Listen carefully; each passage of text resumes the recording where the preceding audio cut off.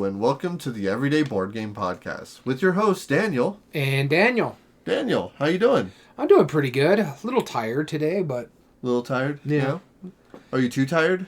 Like a bicycle? Too tired? Go ahead and show that to the screen so that way people at home can read it. It says, "Don't touch me, peasant."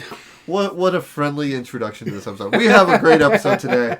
We're going to be doing a top 8 debate for a publisher that has been really kind of jumping into the spotlight for us lately. Especially recently, too. Yes. Like the last 2 years, I want to say, they've really climbed for me. Because a number of years ago, they used to start... they were known for just, kind of variations on classic games and nothing too exciting. Mm-hmm. And that's kind of their wheelhouse. They just kept doing that. And you could tell that they started expanding into a little bit, their own unique IPs and whatnot. Or making an IP into, like, their own game design. And Which you'll see some on here. And at first we were like, okay, this is getting good. And then just as of the past few years, this was easily my favorite booth. One of my favorite booths at the Gamma Expo that we visited in March. And I was really impressed with just the stuff that they announced, their new ideas, the projects they have in the works, and what they've already come out with. It's just a hit and a hit and a hit. I like a lot of what they're doing. Yeah, you can see one in the background over there. That's right. Yeah, which we'll be talking about quite a bit here in a little bit. Tell them who we're talking about. Today's top 8 debate is on the publisher, The Op. They were formerly known as USAopoly. They still, I think, have that as their business license because it's just kind of hard to change that stuff. Yeah. But they did streamline it to The Op. They have been transitioning from skins of Monopoly and Yahtzee and stuff like that. And they still do that because that's how they pay for all this other stuff. Bread and butter, yeah. Yeah. But they've come up with games like Aqua that you see over there. Mm-hmm. They have the Art Project. They have quite a few games that are games of theirs. Another one we saw 2 years ago at Gamma when you and me both went. The expo was Mountains Out of Molehills. And so when we looked at that, we were like, that's unique. Now, I still haven't played it, but I thought it was kind of neat what they were doing with that. And so they're becoming one of those things like, okay, they're coming out with a game. Let me see what's going on with this one. They're also known for reskinning a lot of their games to put a theme on that other people like. So that's a big thing, too. Sure. And that is a good thing. It's not a bad thing. Put something that people will like and you're going to get sales. That's right. Put a good game and reskin it however you want. Yep, exactly. I couldn't agree more. In our honorable mentions, we'll be talking probably about some of those. Not for me. Possibly for me. But either way, we have 8 games that we're going to be breaking down. Let's talk about those real quick. Okay. We have our number 1 seed, Harry Potter Hogwarts Battle.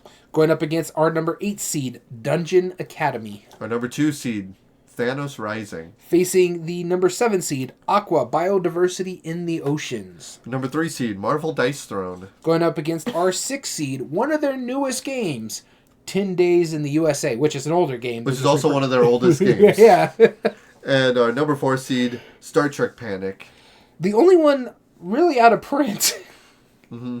Going up against the number 5 seed, Codenames Disney. Yeah.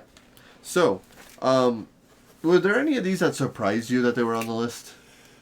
Not really. Mind you, full disclosure, we did eliminate games that were basically like Monopoly and Yahtzees and stuff like that. Right. Perudo was another one where they just put a theme on a game that's already been established. Right. We made a decision just to do that. We did allow Codenames Disney as well as Marvel Dice Throne and Star Trek Panic because they do enough different. Right. Yeah, they do enough different. It's not just like a newer... and so here's the caveat to it, right? A lot of their Monopolies are just versions of Monopoly, just with a different theme added on to it. A lot of their Yahtzees don't have any new rules. A lot of their other games don't have differences other than just having an IP on it. Yeah. Which is also kind of countering what we're saying, the fact that we have 10 Days in the USA in there, but they are currently the only publisher for that other than Korean board games in Korea. Yeah. So that's why we decided to include that in there, even though it was originally And Days it of Wonder just or came something out, like that. really. And the thing is like, they're the ones printing it now. It just came out or is coming out. I think the shop has it now, right? Mm-hmm. Yeah, so it just came out. They debuted it at Gamma Expo. Yeah. So it is currently in print. Sure. And so there's that. So yeah. So we just want to make that clear. And then like stuff like Codenames Disney, yeah, they actually added in new variants that work with the Disney aspect of it. They made it like Codenames Duet. Mm-hmm. They included it. They have a smaller board and it's a little more friendly for kids. Yeah, and then you have the two variations, as you were saying, friendly for kids, plus you have the adult rules as well. Right. Not the adult rules, but for just older audiences. Right, yeah. Just a little bit more involved. Yeah. Sure. And so we just wanted to be clear on that's why we allowed some of these and not others. Yeah. Is because, well, that's just what it is. The differences that they made it their own style of game. Right. Yeah, basically we just took out any Hasbro game. In a sense, yeah. Because Hasbro is currently printing versions of that game. Spot It, Perudo. And Asmodee is printing Spot It. Right? Yeah. So, yeah, there's no reason and there's no differences that, like, Marvel Dice Throne is different than regular Dice Throne. Yeah, all the characters are different. But you can integrate it. Right. And one that, like, I didn't put it on my honorable mentions, but I'm really excited for is the fact that what the op does is they have a lot of deals with a lot of IPs and a lot of companies that work with them, and they find games like Munchkin and all these other games that they can add on those themes to. Yeah. And they're like, hey, you guys are all our partners. Let's work together and do this. So they did a Munchkin one, and they've done Codenames, and they've done all these others. Yeah. But the one that I'm really excited for is Game of Thrones, Tiny Epic Game of Thrones. Oh, yeah, because they're in conjunction with Gameland, yep. Yeah, and so I'm really excited because I saw how well they did with Marvel Dice Throne. I can only imagine, the Game of Thrones Tiny Epic is going to be fun. But anyway, sorry, that was a tangent. I just wanted to bring that up because I'm super stoked. All right, you ready to get in? I'm ready to get in it, but first, what have you been playing? Oh, what have I been playing? So I actually played a game that I bought not too long ago, and I played it today for the first time. I played it very quickly with my daughter.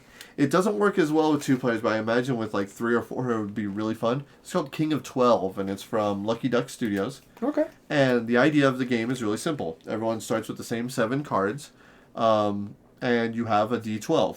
You start off by rolling it. At the end of the round, more than likely, whoever, or at the end of every turn, whoever has the highest number will get points for their die. Mm-hmm. Whoever has the highest number will get 2 points. Second highest will get 1 point.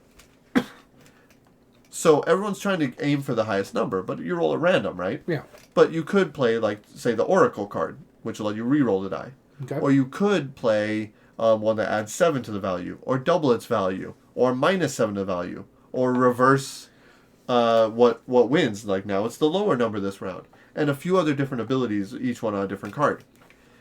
The rule of the game is pretty much if something matches, it cancels.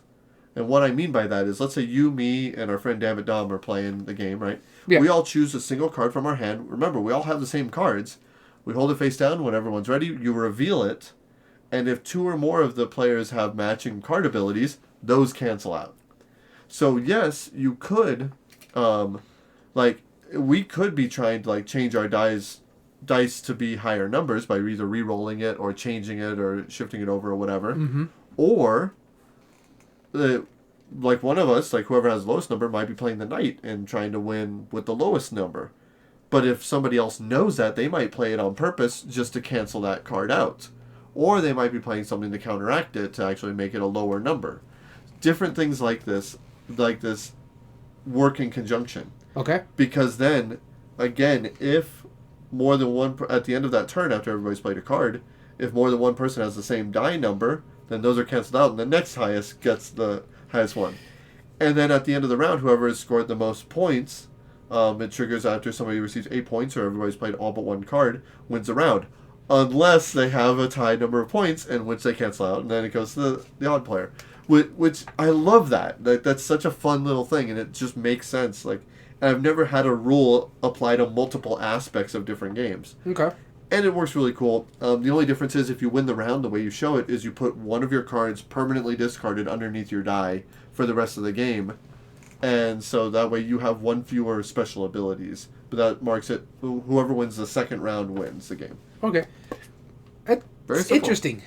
Yeah, Yeah. it worked really well. We played it at a local restaurant, and while we were just sitting there, very easy to learn, very easy to pick up, and there's like 12 different cards. We only play with 7 of them on the game. You can either randomize it or deal them out with the. We played the starting setup. I just realized your tie-dye matches our theme. Yes, it does. Yes, it does.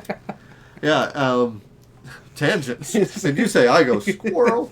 I was just looking at the video and I'm like, wait, didn't realize that. Yeah, that's why I wore it. Yeah, okay, yeah, sure, that's why you wore it. Sure, yeah. But, yeah, King of 12, very cool game.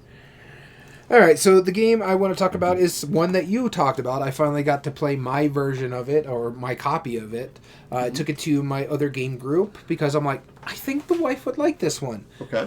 And I was right. She did like this one.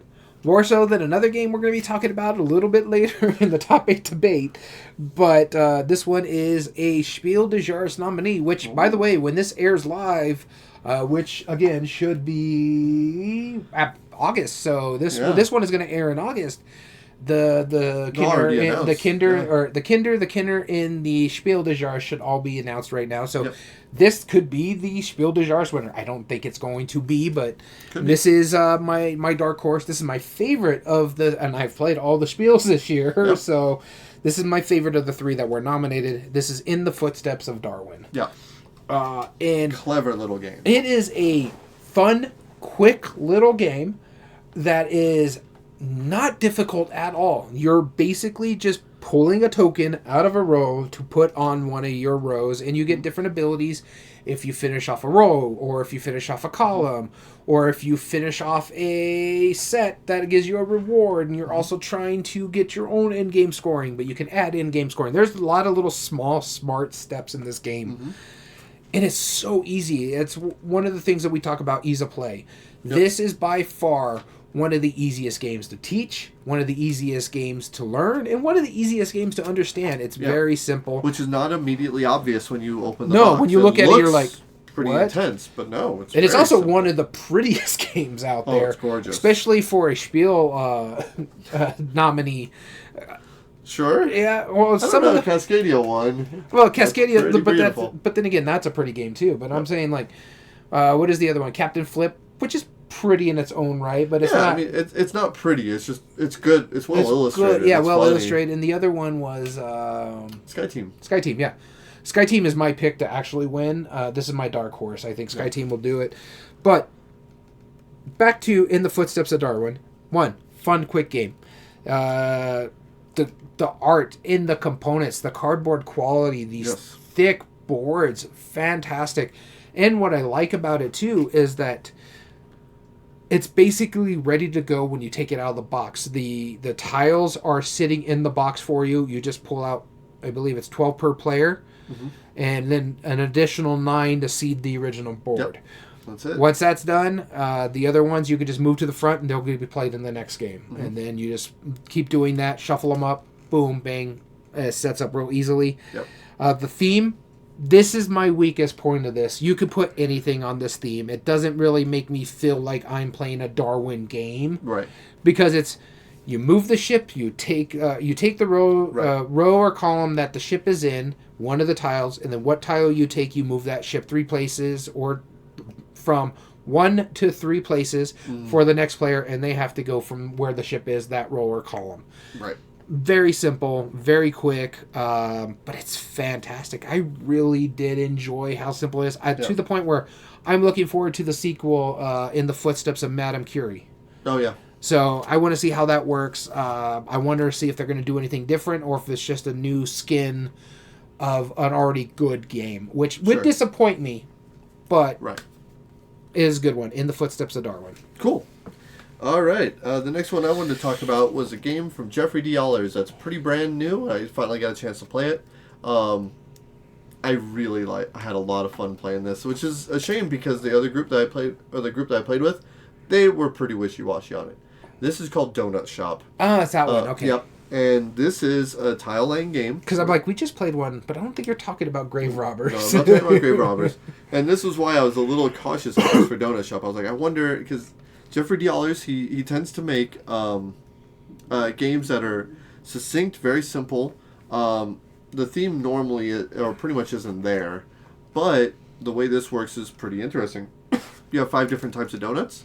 You start off with a big plus sign style tile in the middle, and everyone starts with a donut tile in hand. It's a 2x2 grid of various types of donuts. Some of those donuts have a sprinkles variant where they're like special versions of that. And there's also donut holes, which count as any of those types. On your turn, you're going to take one of those tile, or your tile that you have, donut tile, and you place it next to one of the tiles that's already on the board. Then you pick your biggest group of donuts, and you're going to get effectively 5 cents for each one of those that you bake. Yep. So if I put down a tile that puts down 3 blue frosted donuts next to 2 others that are already in that group, then that's 5. I get 25 cents. That was the first part of my turn. Then the second part, which is optional, if you are able to, you can potentially box up and sell the donuts. It's also 5 cents for the size, but everyone starts with a 2x2 grid of box, a 4-pack. Then there's on the side, the communal side, there is 6, 8, 9, and 12. You have a full dozen box, which would be placed on the board. And all you have to do is trade in order cards that match all of the donuts that you're covering. So if I'm covering up Boston banana cream and blue glaze, I need to discard at least 1 card for each of those. I think you had it right with Boston cream. Well, there's both. There's banana cream, there's Boston cream too. Like just a general chocolate one. Yeah. Yeah.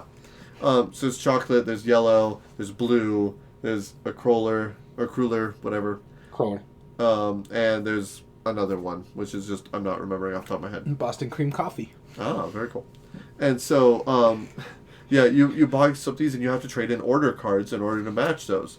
But the order cards might also give you benefits as well. Like, for example, one might say if you have at least one at least one glazed donut with bacon on it, which is their sprinkles, then you get an extra 10 cents. Or this card and this card might have cups of coffee on it. And if you have 2 or 3 cups of coffee, you get 15 or 25 more cents. Okay. On top of whatever you sell it for. But what's cool is that the box that you sell it in goes on top of the tiles, and that's now gone from the game. So you have these people, this cool dynamic of people putting down tiles like, all right, I'm going to build up the crullers, I'm going to get 10 cents, now I'm going to get 25 cents, now I'm going to get 45 cents, and they keep adding to this and perpetually building more and more until somebody's like, all right, dropping down a dozen, boom, covering up all that whole group, and now it's done for. Really fun. And the way it drafts is really simple too. I really like this drafting mechanism. There's always 2 order cards and 2 donut tiles face up. You're going to take one of each. But the one that you pick face up, you pick the other one face down. So if I get a face up order card, I'm not getting one of the 2 face up donuts. I have to take a blind one. Or if I take one of the 2 donut tiles, then I have to take a wild order card. That's a really smart drafting. That is neat, yeah. And it works really well in this game. Everyone who's played it so far has been like, it's been very pleasant, it's very calming. You end the game with like 100 something coins or like 400 cents or whatever, so $4 worth of money. It works really well. Cool. I'm impressed by it. I do want to try it. I know there are some like issues with it where I'm kind of because I watched a review on it. I'm like, okay, those would be stuff that I have an issue with. There's not a lot of variability and stuff like that. No, but it's. I don't disagree. Like, you see everything from the beginning. And I think one play and you've seen all of it. And literally. the thing, another one of the things is like it's very mechanistic. This could be anything but a donut shop and still work. Yeah, sure. But the fact that it is a donut shop and what 25th century... I think it's 25th century. Yes, 25th century games. What 25th century? They made 3D napkin trays for the order cards and a 3D rack for the donut tiles. And the theming in it does make sense. When you're covering up a dozen donuts with a box that looks like an actual box, and now it's removed because you sold the donuts, like, yeah, sure, you could put any theme on it. But it does really work. Okay. Well, like I said, I want to try it. It's just it's not something I want to go out of my way for. And the theming works well enough that me and my friend Jim The following morning, when we're about to go run our escape room, we stopped at Dunkin' and we ate some donuts because of that darn game. So it can't be more game immersive than that. It did its job. So there's that. Yeah. All right, so the last game I want to talk about is, I kind of mentioned it in our last podcast, but didn't go into too much details about it. We had a special game night. It was going to be a 2-player game night, so me and Dammit Dom wanted to get a specific game off both of our shelves of shame because we knew it was going to be a long game, and longer games tend to be better when it's just 2 players. Because it goes. And I invited myself into it. And then you're like, hey, my day just kind of opened up after you just had a massive trip, so you're like, can I come over and play games? Wasn't expecting it, but ended up doing. And so we're like, yeah, but we're not going to change because the way we do our dynamic is whoever's. I always host the game night, but everybody has a pick at least once a month. So Dammit Dom has a pick, then it's you, then me, then Gamehead Geek. Mm-hmm. And so it was supposed to be Dammit Dom's pick, but you were going to be out of town. Gamehead Geek can only ever come every other week, so it's just going to be 2 of us. Yeah. I always decided it's not fair to someone to only get to. A pick where it's just 2 players. I want him to be able to get the full spectrum. Yeah. So we're like, okay, we're going to push your pick to the following week when there's at least 3 people here. And so he was like, okay. And so you were like, hey, by the way, I can come. And we were like, I'm like, all right, Dammit Dom, it's your pick. I'll let you decide. We could, because it's 2 hours before game night. He doesn't have his bag of games with him. I'm like, it's your decision. He's like, let's just keep to the plan. Perfect, because I learned this game. I want to play it, so this works out for me too.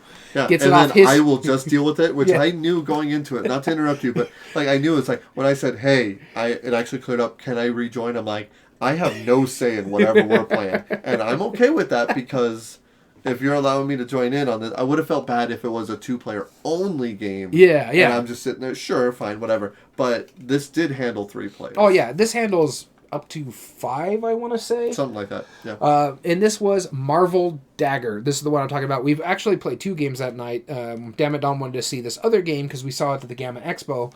It's called Isle of Night from Red Raven's game. Oh, yeah. It was a neat little game. But the one I want to talk about, though, is Marvel Dagger. Because people always compare it to, it is the Marvel Eldritch Horror. Sure. And I could see the comparison. It is a long game. Even at a 3-player game, it still took us about 2 hours to play it. Mm-hmm. And that's not including the rule teach. The rule teach was probably another 30 minutes. And then we had to research some stuff because it wasn't really clear. Yeah. But all in all, I thought it was a good game. I liked it a lot. It's going to stay in my collection because I think it gives it that feel of a superhero game on a worldwide scale. Mm-hmm. But it is very Ameritrashy. It's dice rolls. You're trying to get certain points. So, like, if you like Eldritch Horror, I think you'll be fine with Marvel Dagger. My big complaint about this game, and it's a decent complaint, but I still like the game, is that there's no way to mitigate those dice. Right. Whatever you roll is what you roll. There's no, okay, well, this turns into this. Or you can get a special power here and there that allows you to... Like, I played the Hulk. So my special power is, once I'm empowered, I can treat something as... tactics will count as a hit if I use my boost action. Or if I'm empowered, I just do straight up damage no matter what. So there's that nice little push and pull, but there's no way to mitigate the dice rolls. And when we were playing this game, you were rolling like crap. Yeah. and so, and to add my thoughts into this, and you'll wrap it up, but... to add my thoughts into this, so when I came into it, I saw this set up. I'm like, oh, this is the one that you guys were telling me about it's like Eldritch Horror with Marvel, right? Yeah. And I hate Eldritch Horror. I really don't like that game. And I'm not a fan of superheroes either. Yeah. So I remember I was like, okay, I'll play. What have I gotten into? We told you what the plan was. Yeah, and I was like, but you know what? I have no right to complain. And I thoroughly enjoyed it. And that's despite how bad I rolled. Yeah. Because I rolled awful. I have never rolled that consistently bad it's in funny. Almost any other game. It was D8s. Yeah. Your special power is you just... mind you, there was only one wild on the D8s. Yeah. You just needed to roll it once. Which was 1 out of every 8 rolls. Whatever. And you were rolling multiple dice. That's the thing, too. So... And every single time, I think you hit wilds, twice once, the entire game? I think once, the whole thing. No, you rolled it twice, because you finally got rid of your power in the next round. Once wasn't the boost option. Yeah, so like the one time it wouldn't have worked is when I rolled the wild. Yeah. It's funny because we were leading to memorable moments, and so when we talk about like our memorable moments and stuff like that, I'd roll a boost, and it'd be like, "Hey, see, that's the wild. That's what you're looking for. Yeah. That right there." Every time we did, you're like, Right. huh. That was easily one of my favorite superhero games that we played. No, Like, it was. I genuinely enjoyed it. And now we never actually got to see this, but I love the little trick that they did in this game. If there was a character that went down, you just flip to the other side and use the other side's character with the same aspect that you have. So if I died as Hulk, I would go into She-Hulk. Yep. If you died as Miles Morales Spider-Man, you would go into Peter Parker Spider-Man. Yep. I love that aspect so much. It's like, why don't more games do this? You get asymmetrical abilities, and it doesn't lend to player elimination, and especially in these Ameritrash. Now, there can be a player elimination in this game, Sure. but you would have to lose both your characters to be eliminated. And at that time, you should be close to ending the game, because one of the other ways to lose the game is you have to go through the event deck. If there's no cards to pull, you lose the game. Right.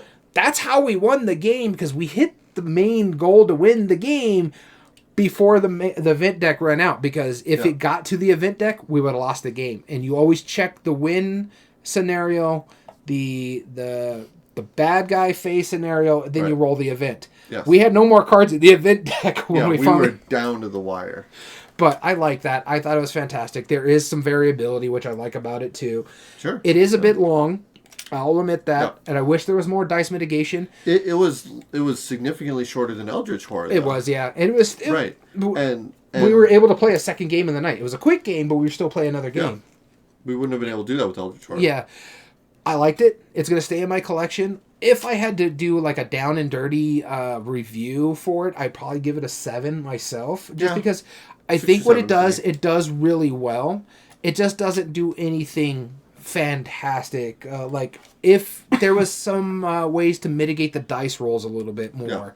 I love the variability, so that's a big plus to me, because there's I think 20 different heroes you can play. In essence, you can play 10 heroes per game if you go to a full 5-player count. So, and then you flip it to the other side, there's the other 10. I wouldn't do that. I would not play at 5. No. 3 was pretty good. I think 4 is pushing it. 22 would be fine, yeah. But it's fantastic. The art is great. The components are great. Fantasy Flight is really hit with this one. I want more stuff for this game. Yeah. I don't know if we're going to get expansions for this game, because I don't think it did really well. But for what it is, if you find it, give it a shot, especially if you like that Ameritrashiness of games. It's fantastic. I did like it. Marvel Dagger. Cool. All right, so with that being said, that's what we've been playing. Let's talk about the op. I'm looking forward to this. I am looking forward to this too. We posted this on the Board Game Revolution group in Facebook, which, by the way, if you're listening to our podcast and you're not a fan or not a member of that group, go do it. I mean, we have no affiliation with them. They're just kind enough to let us post our polls every week. Every month. So we do that. Every month. Yeah. And we post it so that way people can vote on it and help us with tiebreakers. Yep. And we also like to hear on honorable mentions. So I don't know if they posted any honorable mentions yet. Nope. Was there any added? Nope.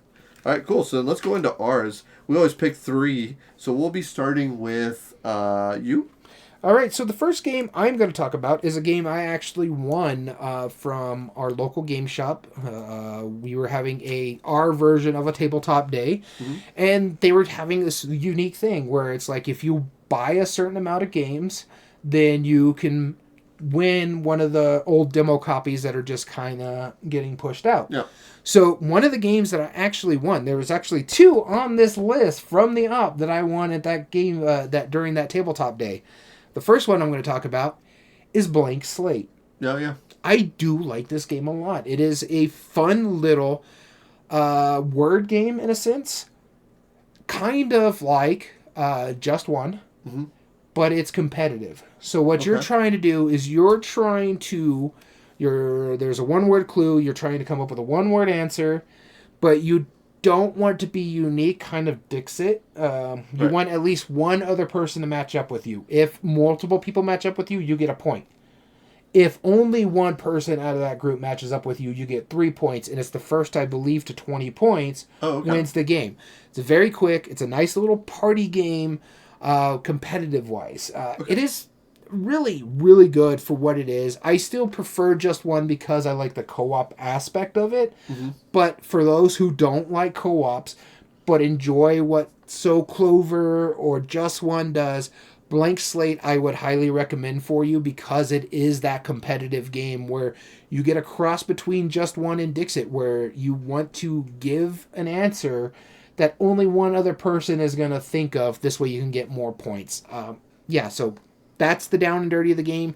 It's really quick to teach, really quick to learn. It's fantastic. I think the op really did well with this one. Cool. First one I want to talk about. Speaking of party games, this is my first pick for honorable mentions.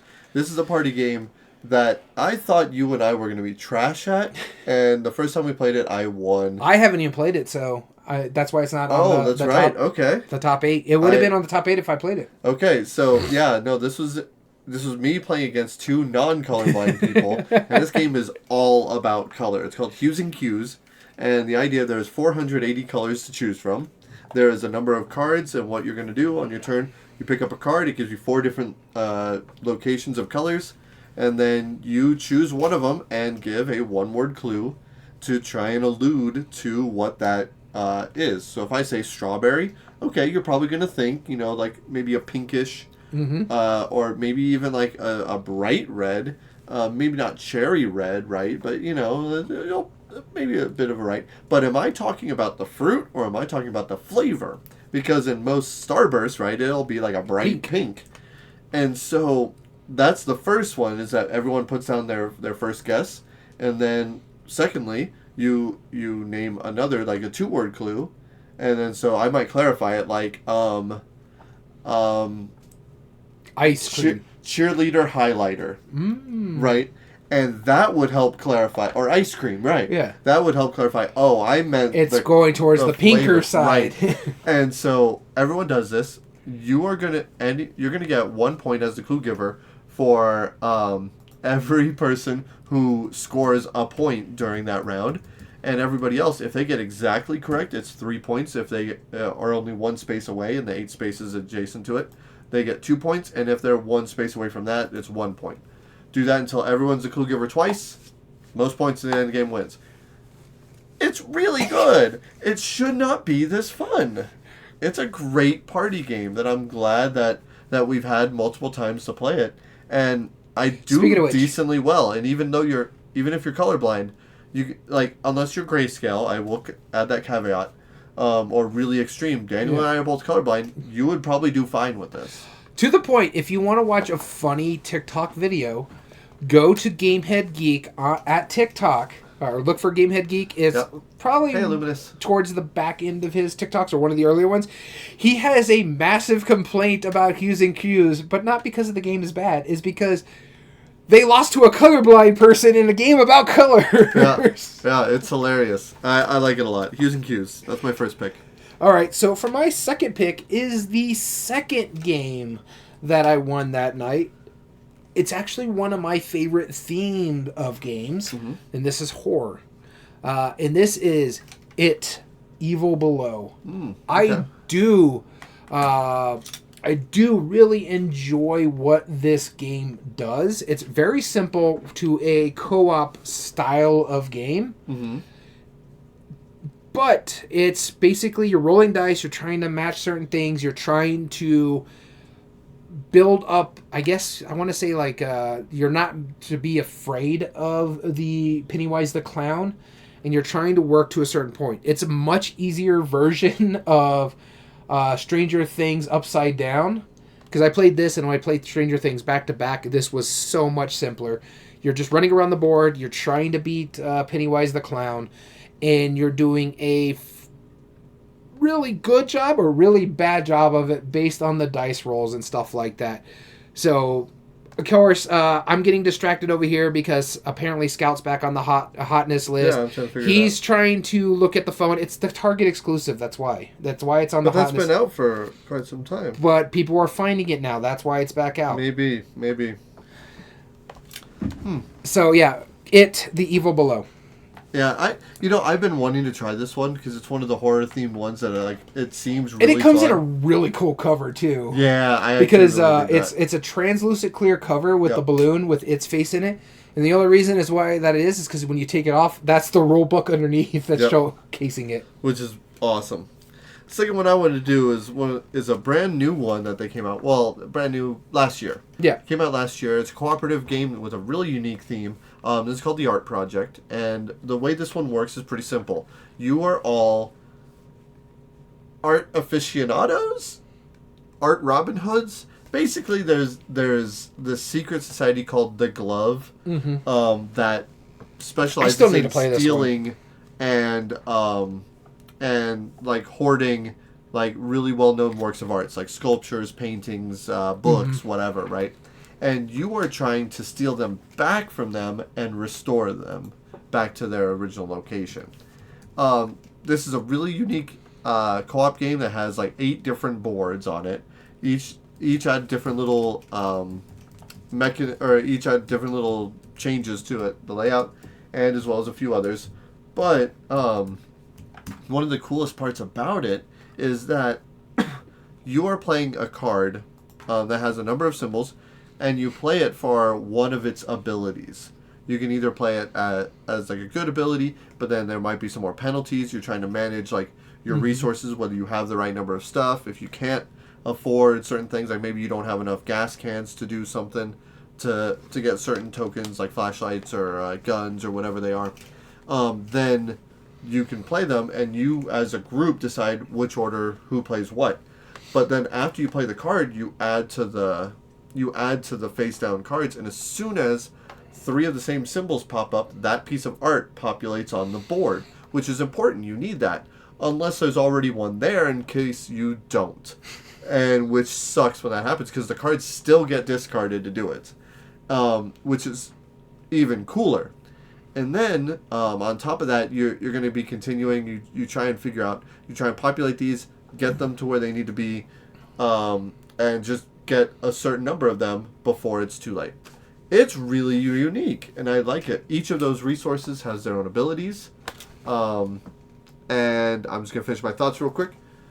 Each of those resources have their own abilities, and you can use those effectively, like to move more for the gas cans, to fight away gloves for the guns, and the third one, which is forgetting, which I am forgetting off the top of my mind. All right, so yeah, that's not a bad pick. I still really need to try that game. It's one of those that I've been wanting to, especially because of the Vincent Dutrait art on it. Yeah, the art is phenomenal. Yeah, so I don't like the box. I get it, but it's a weird, awkwardly long box, and it could have been in a bigger box. yeah, I don't get those box sizes either. Sure. The other one that's really big about those two is Allplay, who have been doing Right. like the Through the Desert is that size now too.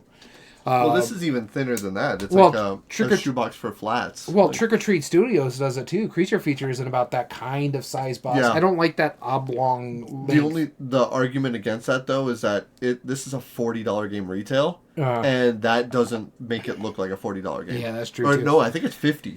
Yeah, I know it's But- up there. Yeah, it's up there, but it doesn't make it look like it. It's a minor detail, but it's a great game. I highly recommend looking into it. All right, for my last honorable mention here, it's not a game that's out yet. I think it's going to come out. Oh, come on. Come on. I was able to see it at the Gamma Expo. I was actually Fine. able to play it at the Gamma Expo, Sure. and that's why it's on my list, because That's I fine. want people I get to it. go look for this game Fair enough. because I liked it a lot. This, I think it's Big coming, asterisks all of a sudden. I think it is coming out I think they said either Gen Con or Essen, so it's around when this So airs between now August to October. or October. And this is Gnome Hollow. Okay.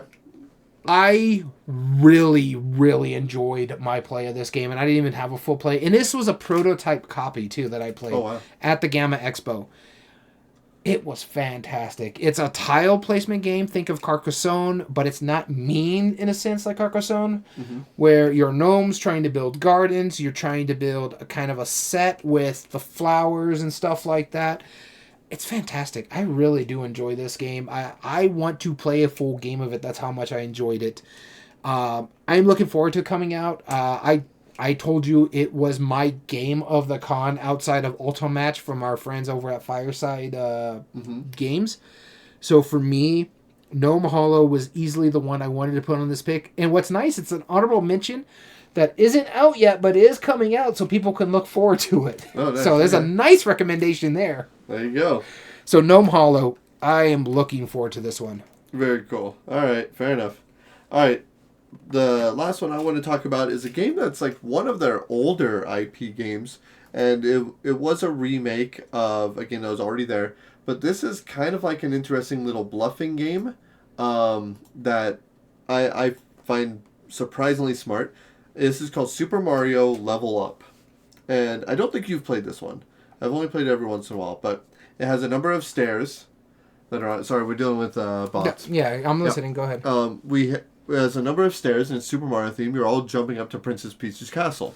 Because the character that gets up to the top is the one that scores the most points or wins the round, whatever, right? But everyone has a secret character that they are. Here's the thing about that, is that if, like, I'm Princess Peach and you're Yoshi, right? Mm-hmm. And we're moving these characters up, you can move pretty much any character you want up.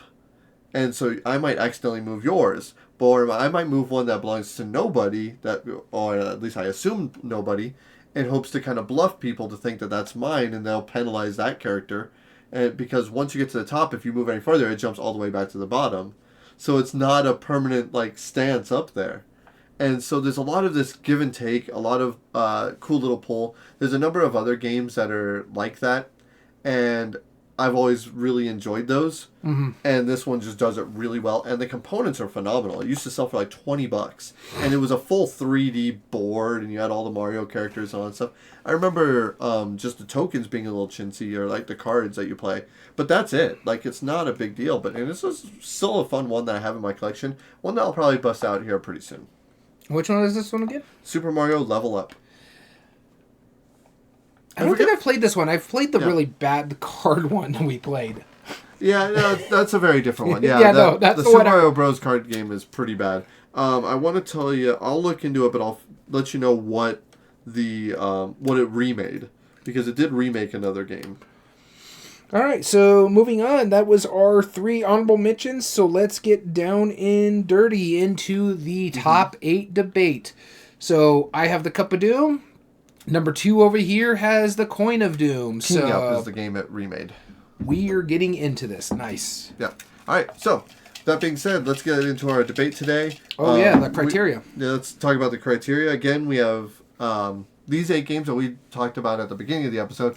We'll get into them later on, but we break these down into 5 different criteria, each one with its own 3 separate sub-criteria to help us determine a little bit easier. Yeah. The ones that get the most points of this throughout each round moves on to the next, into the semifinals, quarterfinals, semifinals, and then finals.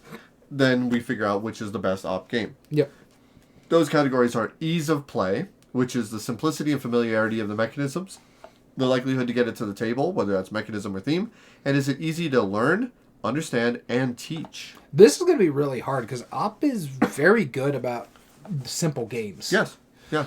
So the next one up here is replay value. Length of time and scaling well. Does a 2-player game play as well as a 4-player game in the same amount of time? The minimum number of plays for the full experience. Campaign games have a tendency to win this category a lot more. And the expandability. Already existing expansions, up to 1 possible future expansions, or expansions that have been confirmed by the designer or publisher. And then we have meaningful choice. The impact on other players' strategies or other players' skills, whatever. The other players, really. Yeah. The depth of tactics, strategy, or skills. And do arbitrary choices or AP impact the gameplay negatively? As well as game immersion. Is the game fun to lose? Is there player interaction, whether it be table talk, trash talk, or role-playing? Or memorable moments, the ones that make you stand up and shout? And then finally, art and production. That is the art, the pieces and components, and the iconography, graphic design, and the overall package of what it comes in. And then finally, if we cannot come to a consensus, we put up a poll on the Board Game Revolution Facebook group that helps us decide which one moves on, because your vote is the tiebreaker. So let's jump into it. Our first one, we have Harry Potter Hogwarts Battle versus Dungeon Academy. I'll flip the coin of doom. you'll flip you'll flip the cup I'll of flip doom. the no. Yeah, smash. They don't You'll even pull have from this the cup of show doom. anymore. I know. You'll pull from the cup of doom, and then we will see who is arguing for which one. Let us begin. This is Harry Potter Hogwarts Battle versus Dungeon Academy. You're starting off. I get Harry Potter Hogwarts Battle. Okay. That's good because this is the one I remember the most of. Yep. Harry Potter Hogwarts Battle. At its core, it is a deck building game that is a campaign style ish game. You're playing through basically the 7 books of the series of Harry Potter. It's mostly the movies in essence. Sure. This is my one gripe of Harry Potter Hogwarts Battle. I don't like the screen caps. They could have done artwork. It's fine for what it is, whatever. But it is deck building, so you have the simplicity and familiarity of the mechanism. The likelihood of it getting to the table is up there. I know a lot of people who are Harry Potter fans, so they're willing to...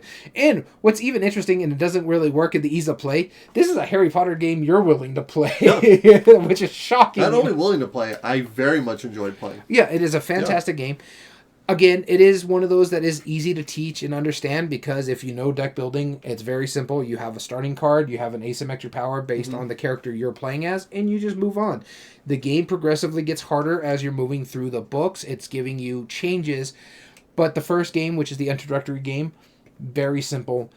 One of the best ways to teach games to people because it's like, here's this, and this is what's going to happen.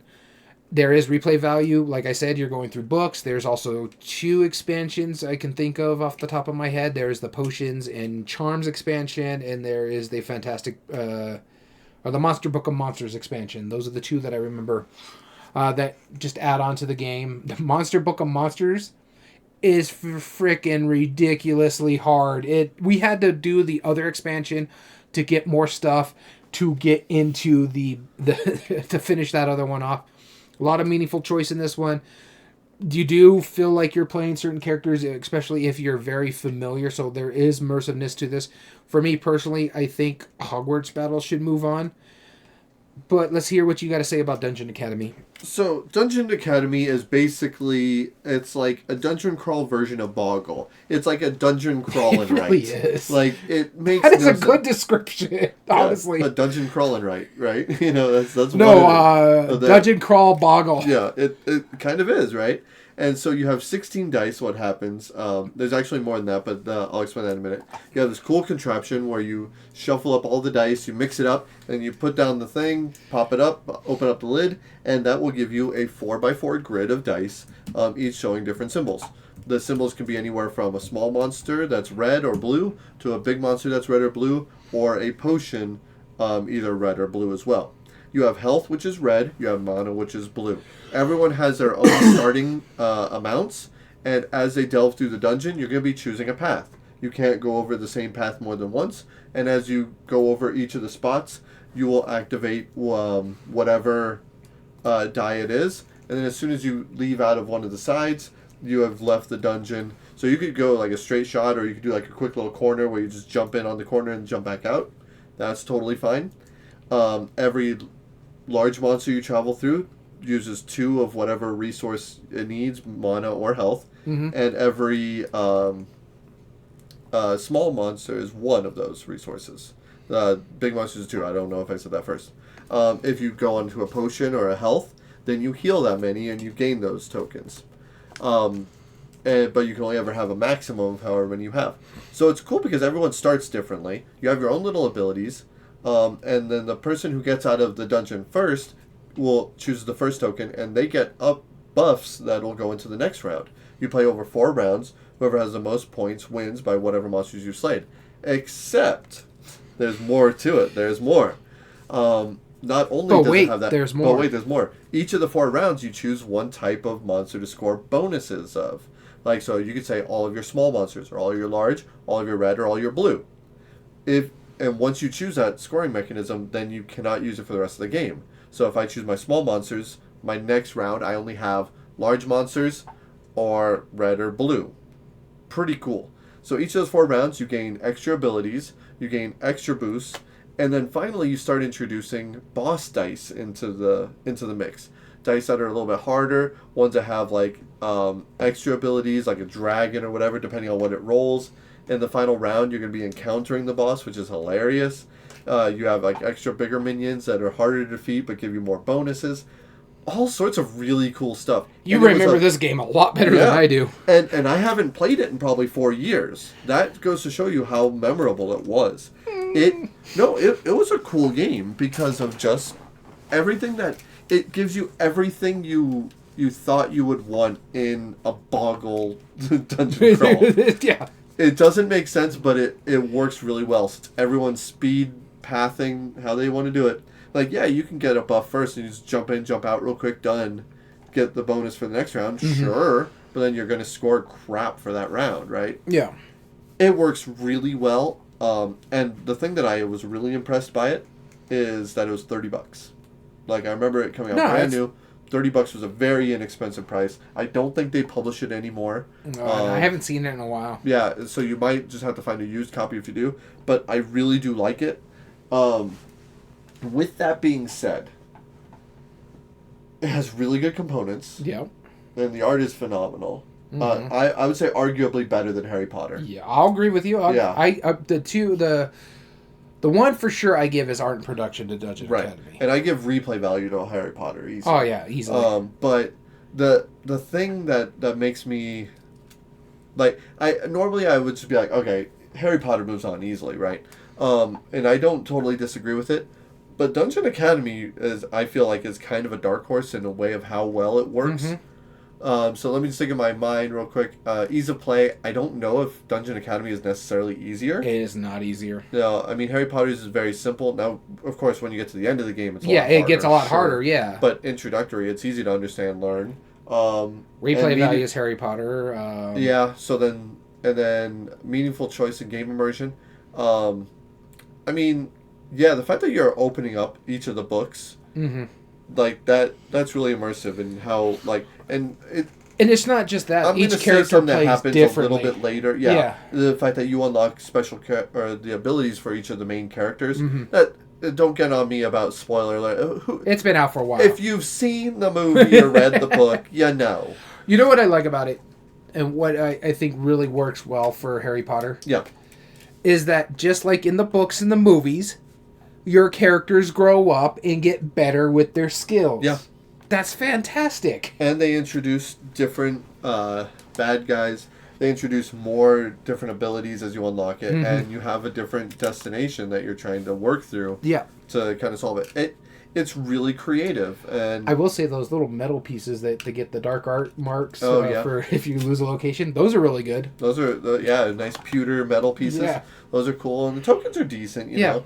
The board is fine. The art, the board I think is ugly personally, but that's a minor complaint. And some of the components you unlock later are actually pretty nice too. So you know what? I think that cements it for me. Harry Potter Hogwarts Battle moves on, but not because Dungeon Academy is bad. It's really good, but it's not the same. It's comparing two very different things, I think. Our next round, Thanos Rising versus Aqua, Biodiversity in the Ocean. Speaking of a pretty game. Vincent Thanos Rising is pretty yeah, right? Thanos Rising is not bad art, and the art and production in that game is fantastic. The production in that is great. All right, you ready? There is one thing I'll bring up during the art and production on there, but all right, you'll be starting us off again. All right, so I get Aqua. Okay. So... Aqua, it's funny, we were just talking about it. I ran into a problem with this game that makes me kind of hesitant giving it like the ease of play aspect of the game. It is easy-esque. Yeah. The tile placement, a lot of people were familiar with that. Sure. But the shape that you have to make can actually mess with people's minds. I didn't realize this. Now, I know I struggled a little bit when I was doing it, but once I figured it out, it was fine. I played with my other group, and one person just couldn't get the fact that you just had to use 3 sides to give yourself the square. Anything hanging off, you can't put a fish on it. And then the reef aspect was confusing people and stuff like that. Though I thoroughly enjoy this game a lot. The art and You and I both. production is fantastic. The Vincent Dutrait art in Aqua Yes. really knocks it out of the park. You can see it just above my shoulder over there, above the board. It is one of the prettiest games the Op has ever produced. Yeah. And the tile If pieces, not the prettiest. the tile pieces are fantastic. I love the variability that you can get just in this game alone with the in-game scoring pieces, because they recommend starting with 1 through 6. Those are the numbers, but I think there's like 16 or 18 different scoring things that you can randomize and score them that way. And you just put them up against one of the small animals, is what they're called. And that small animal is going to score in a specific way based on that piece. Whether it's if you have this large animal, this small animal gives you an additional amount of points, 2 points or 3 points or something like that, if depending on how many you have on there. Or if you have a yellow animal, all small animals that are adjacent to it will score you a single point, including itself. So there's so much variability on that one. It's at its core, there's 4 tile. Depends on. There's 1 tile above the player count. So if you're playing a 4-player game, there's 4 tiles out there, and on your turn you have a choice. You take one of the tiles and put it in your personal reef, or you take the first player token and you'll take the last tile in this round, but you get to start the next round. And so it's that nice little push and pull. Is like, none of these really work for me what I want to do, so maybe I want to run the next round. You're only playing a total, I think, is like 11 rounds or something like that, because there's a certain number of tokens per player. So I think in a 4-player game, you only take out one of the tokens. This way, there's always 1 token. When there's 1 token left over in the game, you add an additional 4 to go there. This way, there's always 1 above the player count. So that makes it an equal amount of tokens that you're going to be playing in that game. I think it's really well done. It's very simple. It's really easy. Because people have a hard time gronking the formation. I think it probably would have been better if you didn't do it with like the 3 tiles to make the 1 tile. I think it's just making it difficult for some people that don't have that kind of spatial awareness to make it work properly. I like the game, but let's hear what you got to say about Thanos Rising. Alright, so Thanos Rising. I mean, this is a cooperative, effectively a tower defense game. You have 3 different regions. You have the Thanos figure right in the middle, and a huge, daunting one, by the way. A massive production on that. And you have a number of cards that are dealt out on each of those sectors. There's 3 on each of those sectors, a total of 9 cards that are face up. You start with a location and a hero of your ability, and on your turn, you place out where you're going to go. You roll the Thanos dice, which might either move him, attack, or cause everything to trigger, which would be pretty cool. Not for you, of course, it's cooperative. Yeah. But it's pretty massive when it happens.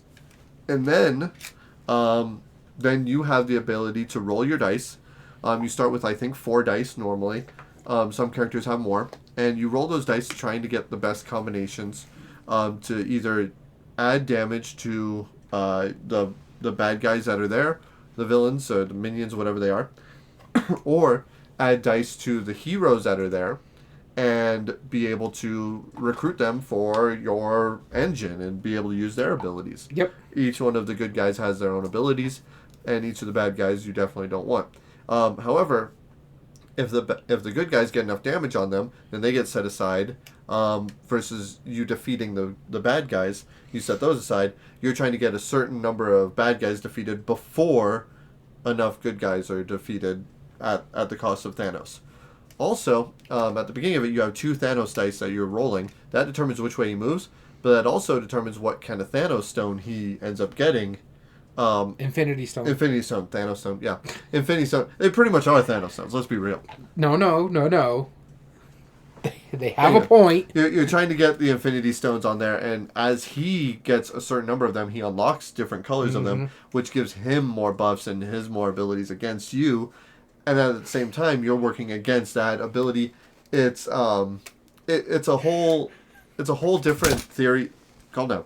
It's a whole different set of rules and abilities that you can use. The engine building is cool. The dice mitigation works, and the production overall is really nice. I only have one very minor issue with the production, is that they give you little cardboard cutouts for your player piece, and that you put out to mark which sector you're going into, and then at the end of your turn you return that piece. I wish that they could have. I wish that they could have. I'm getting argued right now by one of our regulars. I apologize. I wish that they could have put like some kind of mini or like even a pawn. You know what I've seen people do? 3D print them. No, they get hero clicks. Oh yeah, yeah. No, see that would be a perfect solution. Just because I don't like putting out a shape token. Like, yeah, it just seems especially cheesy. when they got that big giant Thanos in the middle. Yeah, exactly. It seems like they could have done something like yeah. at least a pawn or whatever, or even a standee like would be fine. You know what my issue with this game is? I have a better version of it. Yeah, so and I love superheroes. I was thinking about that, right? And this might come up later. Yeah. Like, because, there's a number of versions of it, right? There is Star Wars. Harry Potter, there's Batman. SpongeBob, Batman. Yeah. There's and pretty much any of the Rising games, right? But all of the Harry Potter Hogwarts Battle has Toy Story Obstacle and Adventures, which is arguably the better version of it. And there is a newer one. What is the newer one? Avatar. Avatar, yeah. So pick your poison. I don't think that we can bring that into argument, although it might come into argument later, as far as replay value. I wouldn't say Toy Story is the better version. Oh, easily. It is the more streamlined version. Yes. The story is better in the Harry Potter version. Sure. Yeah, I'll give you that because you like the storyline. But the fact that it overstays its welcome when you get to book 6 or 7, right? It's because you literally have everything where Obstacle and Adventure shrinks it down. And they saw that. They're like, wow, people are playing a 3-hour game. That's ridiculous. Anyway, but back to Thanos Rising, though. This is what set off all the Rising games, and it's still really solid. And one other complaint that I just remembered about the art is that they didn't pay for some of the rights, or maybe some of the actors didn't want their likenesses in some of them, so they had to like kind of like they're basically a silhouette. Yeah. And it's only a couple of characters. I want to say like Iron Man was one of them or whatever. Like because Robert Downey Jr. is expensive. Yeah. They're not screen caps. They're artwork, but they gotta be careful how they base that artwork off of. So some of them are very much not as close as they could be, but either way, I think Thanos Rising should move on, but I'm happy breaking it down just to double check. Yeah, I'm gonna double check real quick. USAopoly, I think, is Thanos Rising. Oh, Aqua, easy. Thanos Rising has so many different things you have to account for. There's so much upkeep. Aqua is put down a tile, and if you can, put down other tile. I get your argument down below, and that makes it makes it a little less easy to understand, but that doesn't make it harder to learn. Yes and no, because of the fact that think about it if you're playing someone with disabilities. Sure. That don't have that kind of spatial awareness. Right. That could be a flaw. Whereas Thanos Rising, you're just rolling dice and matching sets. Yeah, but you have to take all of your abilities into play on your turn. You have to apply all of the upkeep from the Thanos. You have to add dice to certain parts of it, knowing that different dice have different weights of... I've already explained more rules than Aqua has. So Aqua's take a tile and put it in there. I get the shape of argument, but there's no way that Thanos Rising is easier. So I'm looking at our criteria. Simplicity and familiarity of the mechanism. I could get Marvel more so than Underwater Seas. That's just for my group per se. Okay. The likelihood to get to the table, the mechanism, I give you the tile laying is probably simpler. And it's about the easy to learn, understand, or teach thing. This is where I am hemming and hawing, so I am taking that out of both. And so for me, USAopoly is a wash. There's no way that Aqua isn't the easier game. I mean, you found an exception, and we even talked about why that might have been confusing during that. I don't want to bring your friends into the conversation, but there's not been a single other person who I've met that had this problem, and that's why I was surprised when you brought it up. You're like, oh well, the shape was a little weird. Yeah, but that's literally the only complaint about understanding it versus But that's what I'm saying. It's a wash for me. That's why I'm like, one is easier to get to the table. One is more simplistic with the familiarity of the mechanism. The other one, they're both not that easy when you come to like that gronking of stuff. Like when you're talking about the understanding of the game. Right. Even if one person can't understand it and everybody else at the table can, that's still a flaw when one person can't understand it because they're not going to have fun. Again, I've never seen that in any other circumstance, and I feel like that's more of an exception versus like there's a significant learning curve on Thanos. All right, Rising. so moving on, replay value. Replay value, Thanos Rising. Yes, for the minimum number of plays for the full experience, but neither one has expandability. Yeah, I guess not. And then I mean, yeah, they're standalone expansions, but they don't integrate or standalone games. Yep. So that category. In Aqua's much quicker. Yep. So that's another wash. Okay. So replay value's a wash. That's fair. Well, no, because 1-1, and so no expandability. So yeah. There's only some modular setup on both of them. Right? Meaningful choice. That is Aqua, because you deciding what you're trying to pick up. And the big part of it too is the arbitrary choices. You're beholden by the dice roll. Dice, yeah. Yeah. Game immersion, for me personally, a game immersion is Thanos Rising because you're getting more into that capability. So for me, it comes down to art and production. Okay. The art is way better in Aqua.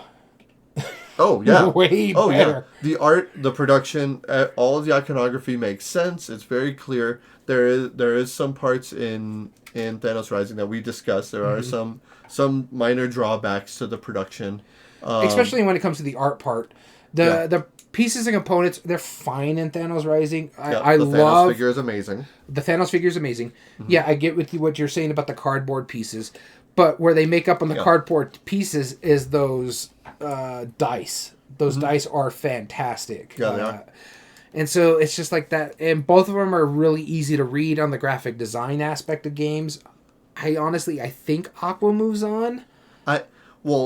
Going back to my argument, whether we do or don't give ease of play to Aqua, I agree Aqua should move on because of that. But I do think Aqua would get ease of play, which would just further validate it moving on. For me.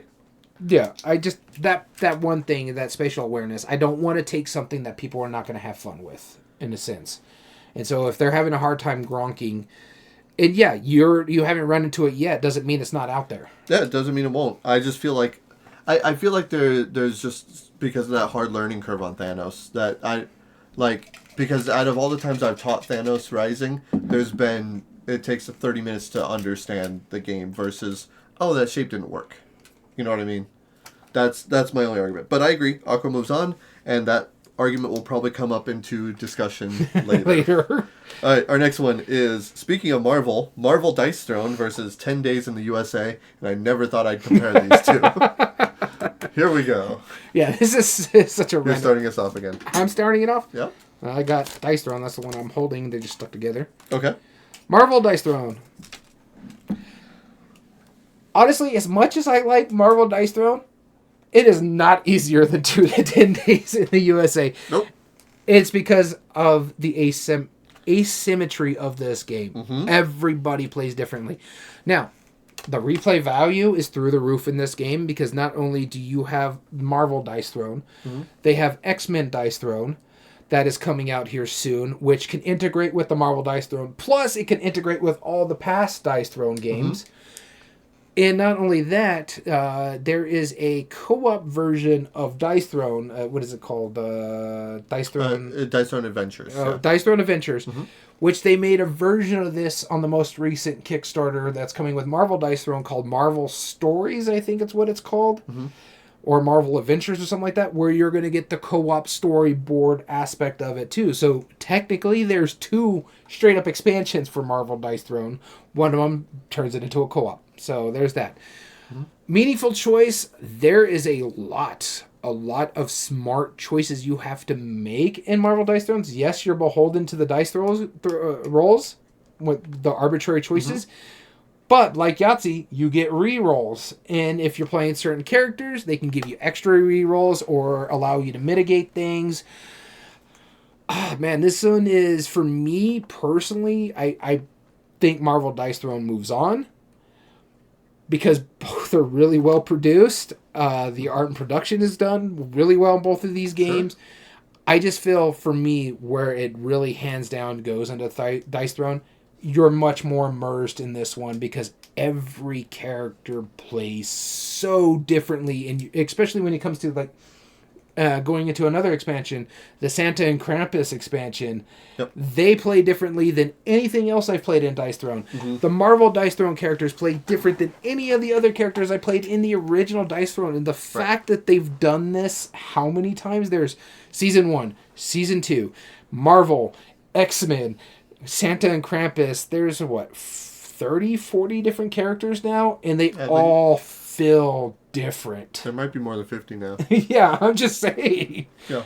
So I find that fantastic when it comes to that immersive side of things too. Okay. All right.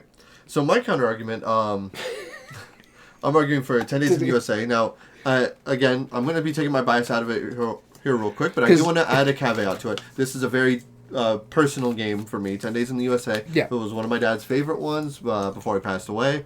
And I absolutely love that game, and it's a good game. It's a fun little game. I want to pick up the op version. Chill, yeah. The op version has fun little art on it. It's super neat. And with that being said, it's like a game of Racco. You're trying to put an itinerary in a row from day 1 to day 10. You start with a location, you end with location, and each card is a state. So if I have New Mexico. The next card can be any adjacent state, so you're traveling to it. So it could be Texas or Oklahoma or Colorado or Arizona, right? It could be any of those. Diagonal don't work because Utah. Diagonal does not count. No, it does not. It's a 4-corner state, and it clarifies that in the rules. Yeah, it is not one of them.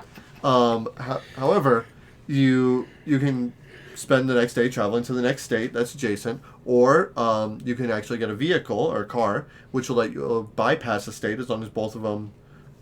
Share that. So you could go to Utah if the one in between those are there, or you could take an air flight where all the states have different colors on them, and fly from one blue state to another blue state. You just need a blue plane in between the two.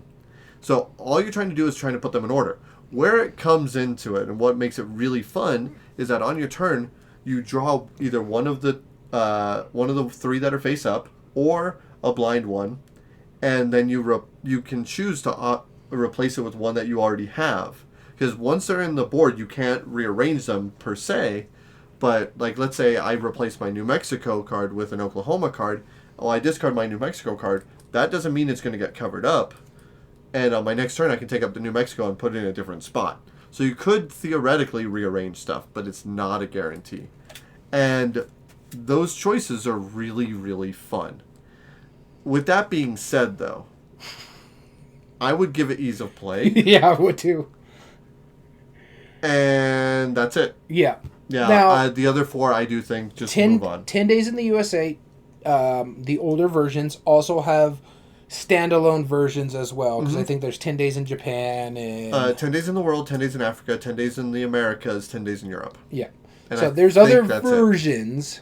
There might be a 10 Days in Asia. I think there's 10 Days in Japan.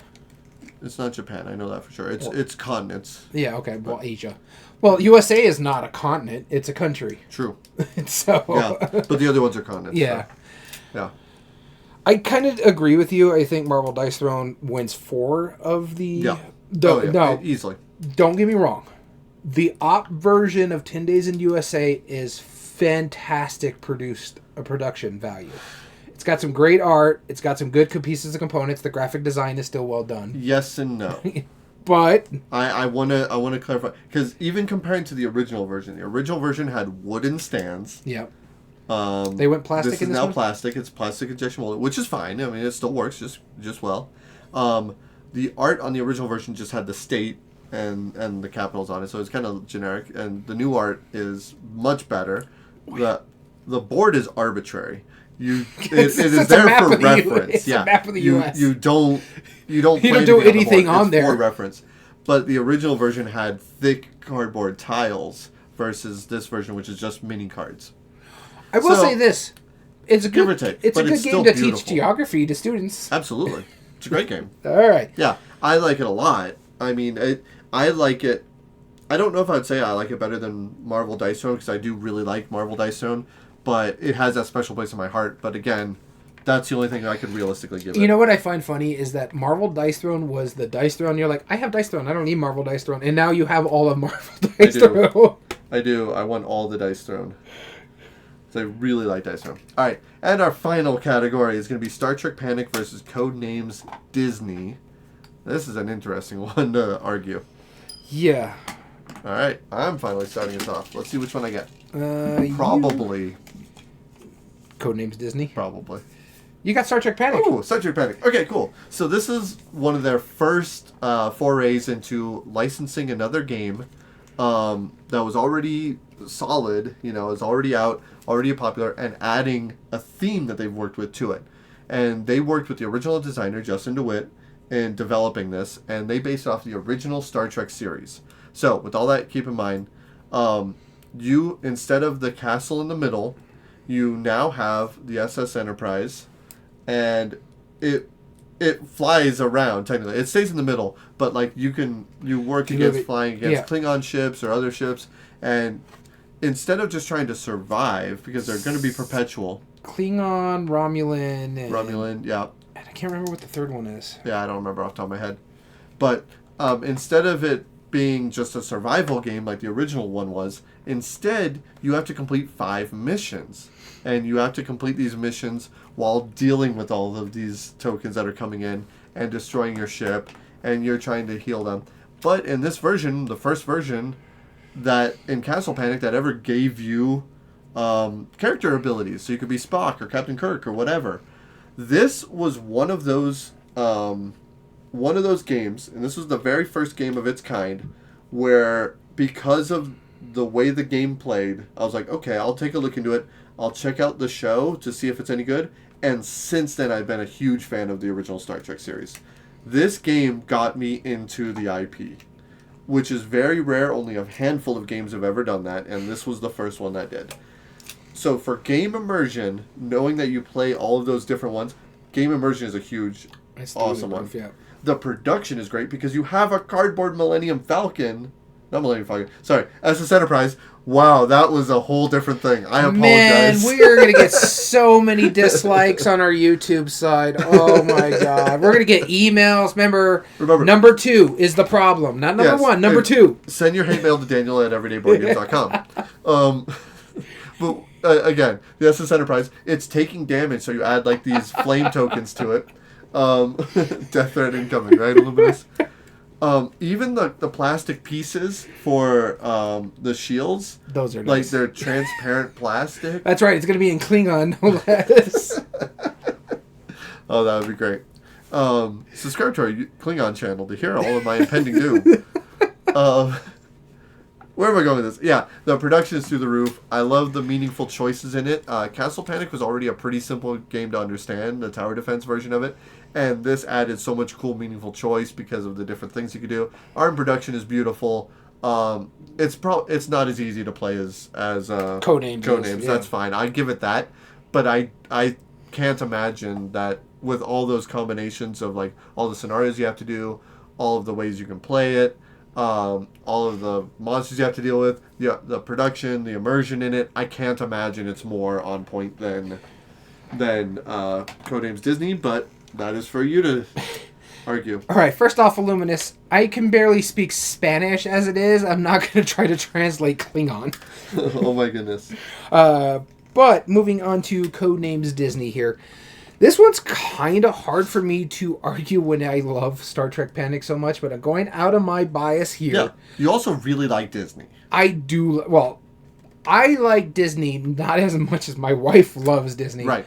You can't really see them, but there's pins above my head over here that are mostly Disney pins that we get from the Disney parks.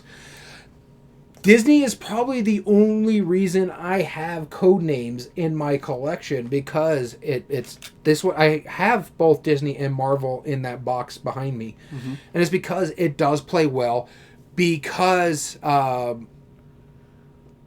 it's because what they like. My group likes it. And what I like about Codenames Disney, it's the simpler version of Codenames. It's basically pictures, but with Disney characters. And so what it is one person is giving clues while the group is trying to clue into all their characters that they have to find before. And I don't think they have it in Codenames Disney. Is the assassin gets picked, or I think it's not called the assassin, but if you click the bad one in the normal version... I don't remember, but I think they do. Yeah, but it's only in the normal version. I don't think it's in the family version. Not in the family version, because you only play a 4x4 grid in the family version. And it's still the cooperative. And the basically is, like, you're trying to clue into certain characters, so you can say something like Princess 2, and someone picks Aurora and Rapunzel. And so there's that. It is a very simplistic game. It's very fantastic what it does. For me, I easily give USAopoly to Codenames Disney. Yep. Because, especially for the fact that it has the family version. Mm-hmm.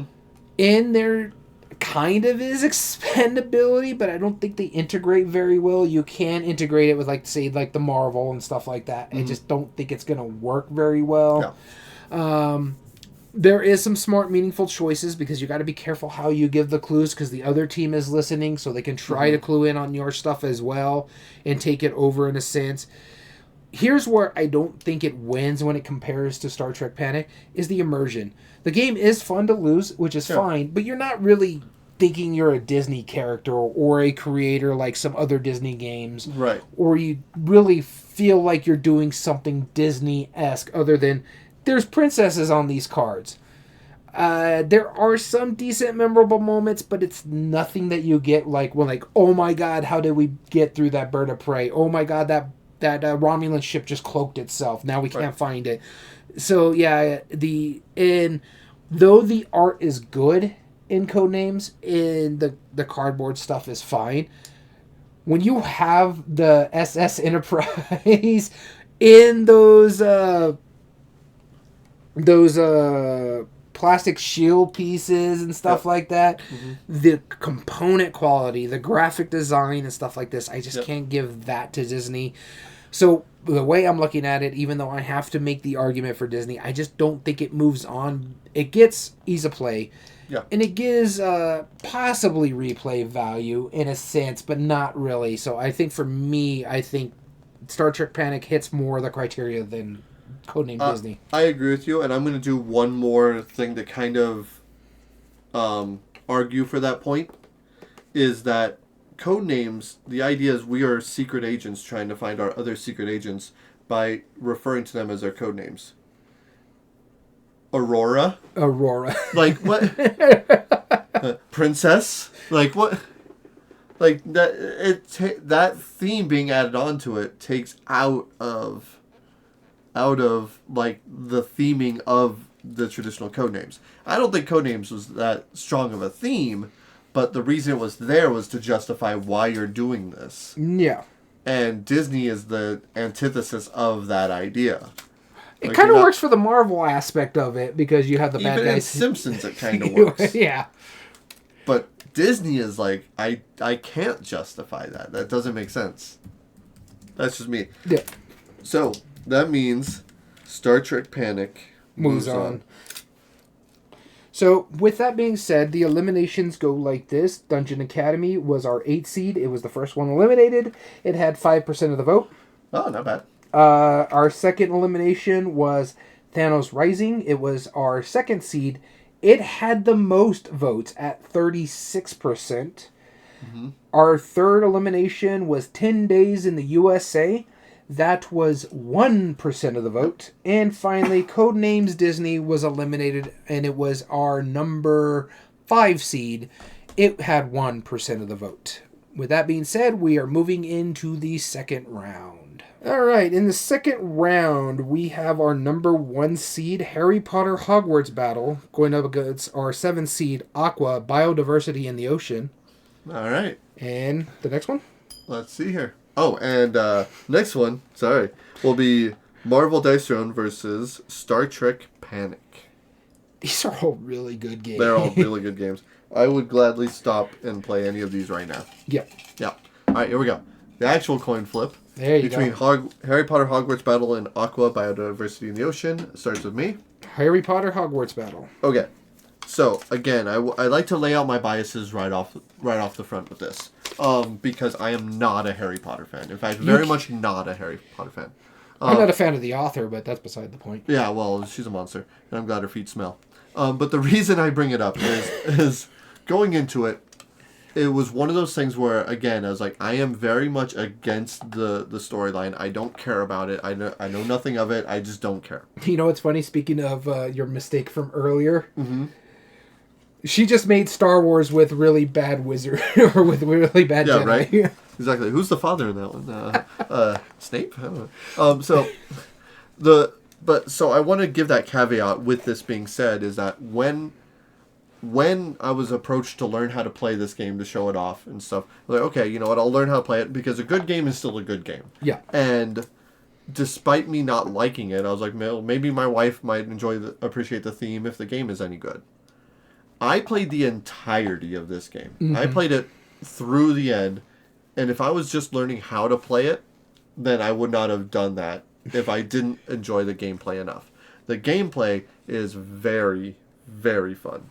And enough where I enjoy that. Now, I own the Toy Story version of it. They remade it in Toy Story because I love that theme way more, and I've played it the entirety of that as well.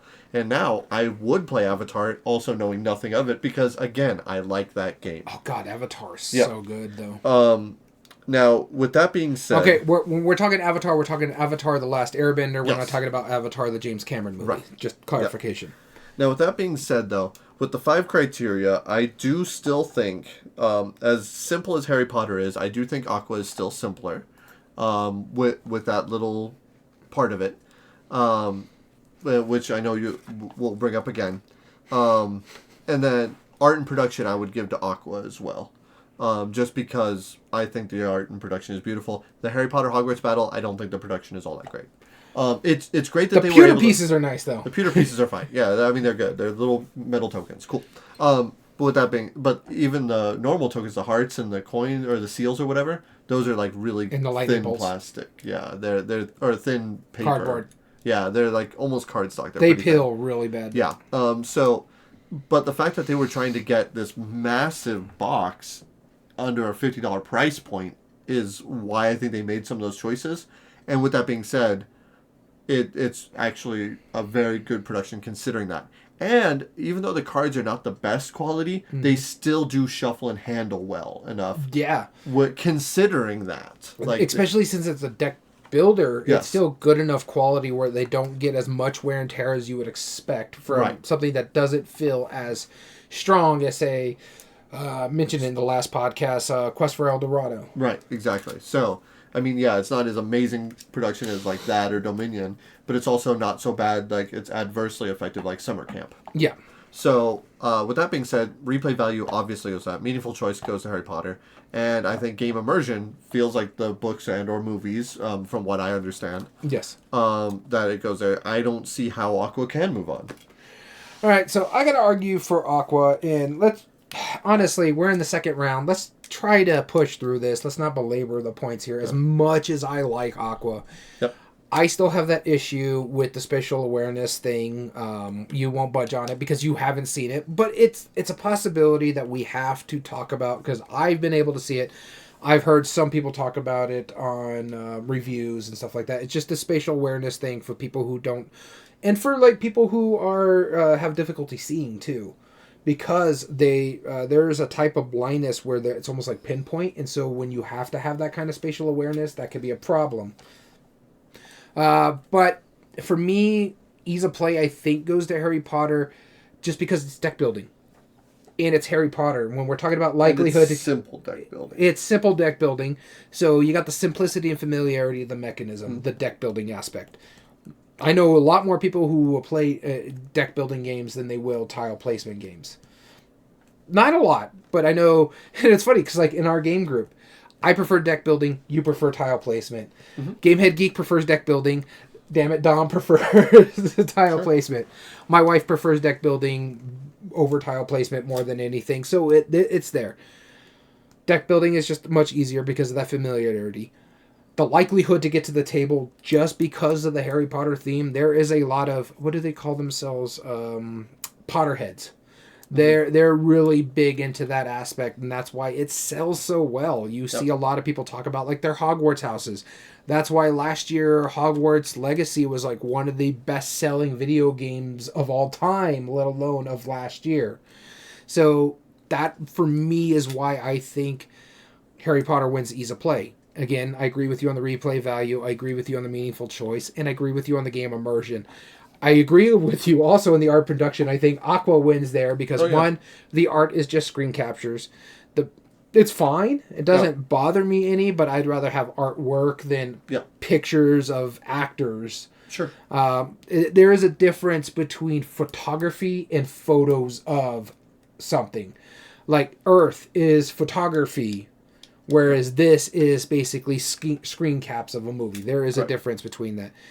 My favorite pieces are in Harry Potter, those little pewter pieces, but the cardboard you mentioned earlier is really chintzy. It peels up. I've had to replace my stuff with 3D printed stuff because of how cheaply made that cardboard is. The player board stuff is pretty fine, where it helps you with your deck management and stuff like that, especially if you're playing with a younger audience. And the graphic design is fine. I just like everything more in Aqua. And, of course, Vincent Dutray art. So, but I agree with you. I think Harry Potter Hogwarts Battle moves on. All right. There we go. And now that will be going up against the winner of this next round, which will be either Marvel Dice Throne or Star Trek Panic. I think this is the hardest one out of all of them. This probably will be. There we go. You'll be starting us off. And I get Marvel Dice Throne. All right. Like I said, let's not belabor the points here. I'm going to be quick about it. Ease of play, I don't know which one is easier. When you go into the simplicity and the familiarity of the mechanism, one is tower defense, one is basically battle Yahtzee. You're just making pairs of dice. Yep. I don't know which one is going to be more likelihood to get to the table based on the mechanism. Now, I think Marvel theme is probably a little bit easier depending on the audience. If you're playing at a comic book shop, you're probably going to get Marvel to the table a lot better than, say, something like Star Trek. If you're going to like a sci-fi convention or you're playing in a board game convention at that, I think you have a better chance of getting Star Trek to the table because a lot of Star Trek fans play board games. A lot of them, especially the older ones, play some of those heavier board games, and so they're like, oh, this is based off the original series. There is a big grouping of that. Marvel is just the hotness right now, and it's starting to cool off. Star Trek has cooled off quite a bit. They do have a lot of shows coming out, but not all of them are really hitting like the original series and Next Generation did. Yeah. So right there is the hem and haw there. For me, I think where it goes into the ease of play, I think it's just Marvel Dice Throne. Maybe? I don't know. Like I said, ease of play is really hard for me. But the replay value, I think, goes to Marvel Dice Throne. The meaningful choice, I think, goes to Star Trek Panic. And so it comes down to game immersion and art production for me. And this is really hard because they're both really well produced. You have that great ship, the Enterprise, in Star Trek, in those beautiful shields that do really well. Now, the other ships are just cardboard tokens. Right.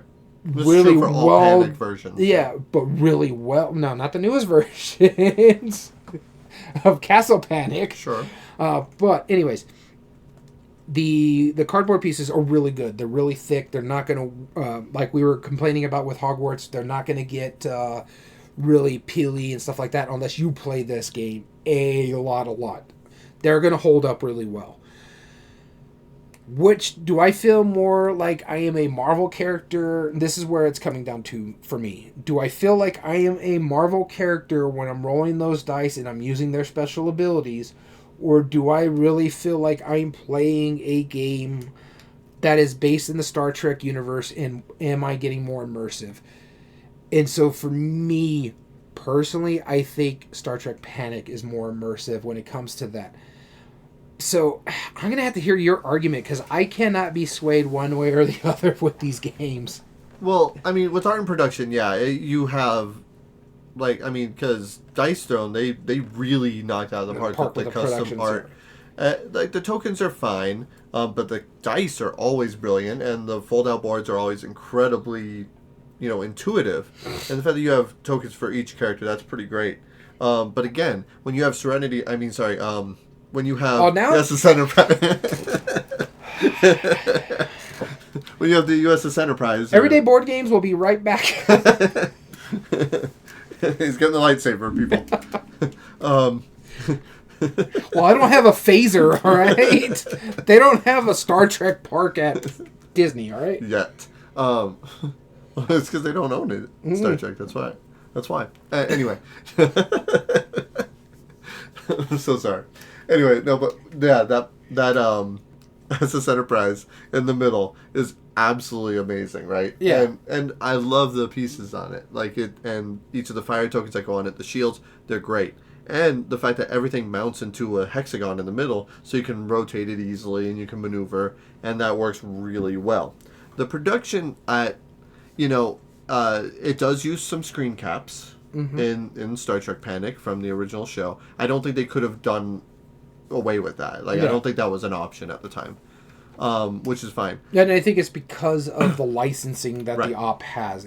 They have to use the screen caps. Right, exactly. And so, for ease of play, I agree with you that I think the simplicity and familiarity with the mechanism, it is kind of like a battle Yahtzee, right? Yeah. So, and a lot of people understand Yahtzee, where they might not understand the tower defense. But, on the counter argument, likelihood to get it to the table, while I think the themes are a wash, the co-op nature of Star Trek Panic, I think, is what edges that. Okay. Versus the head-to-head, we're beating each other up. We're both heroes. Why are we battling each other? Because you are. That's what you are. No. Oh, I know. There's right. villains in there. Right, but if you're playing two heroes, Yeah. why are we fighting each other? Because you are. That's what the theme is, right? And Well, so it's like... read the Secret Wars comic. Sure.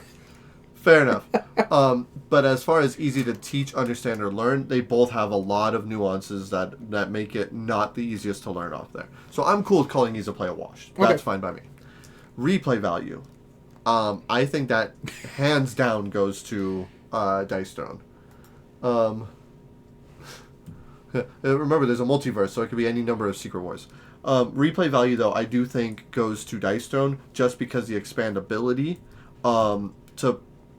while there is an incredible amount of modularity with Star Trek Panic, with having to complete 5 of the scenarios, and each of them have their own nuances with how they work.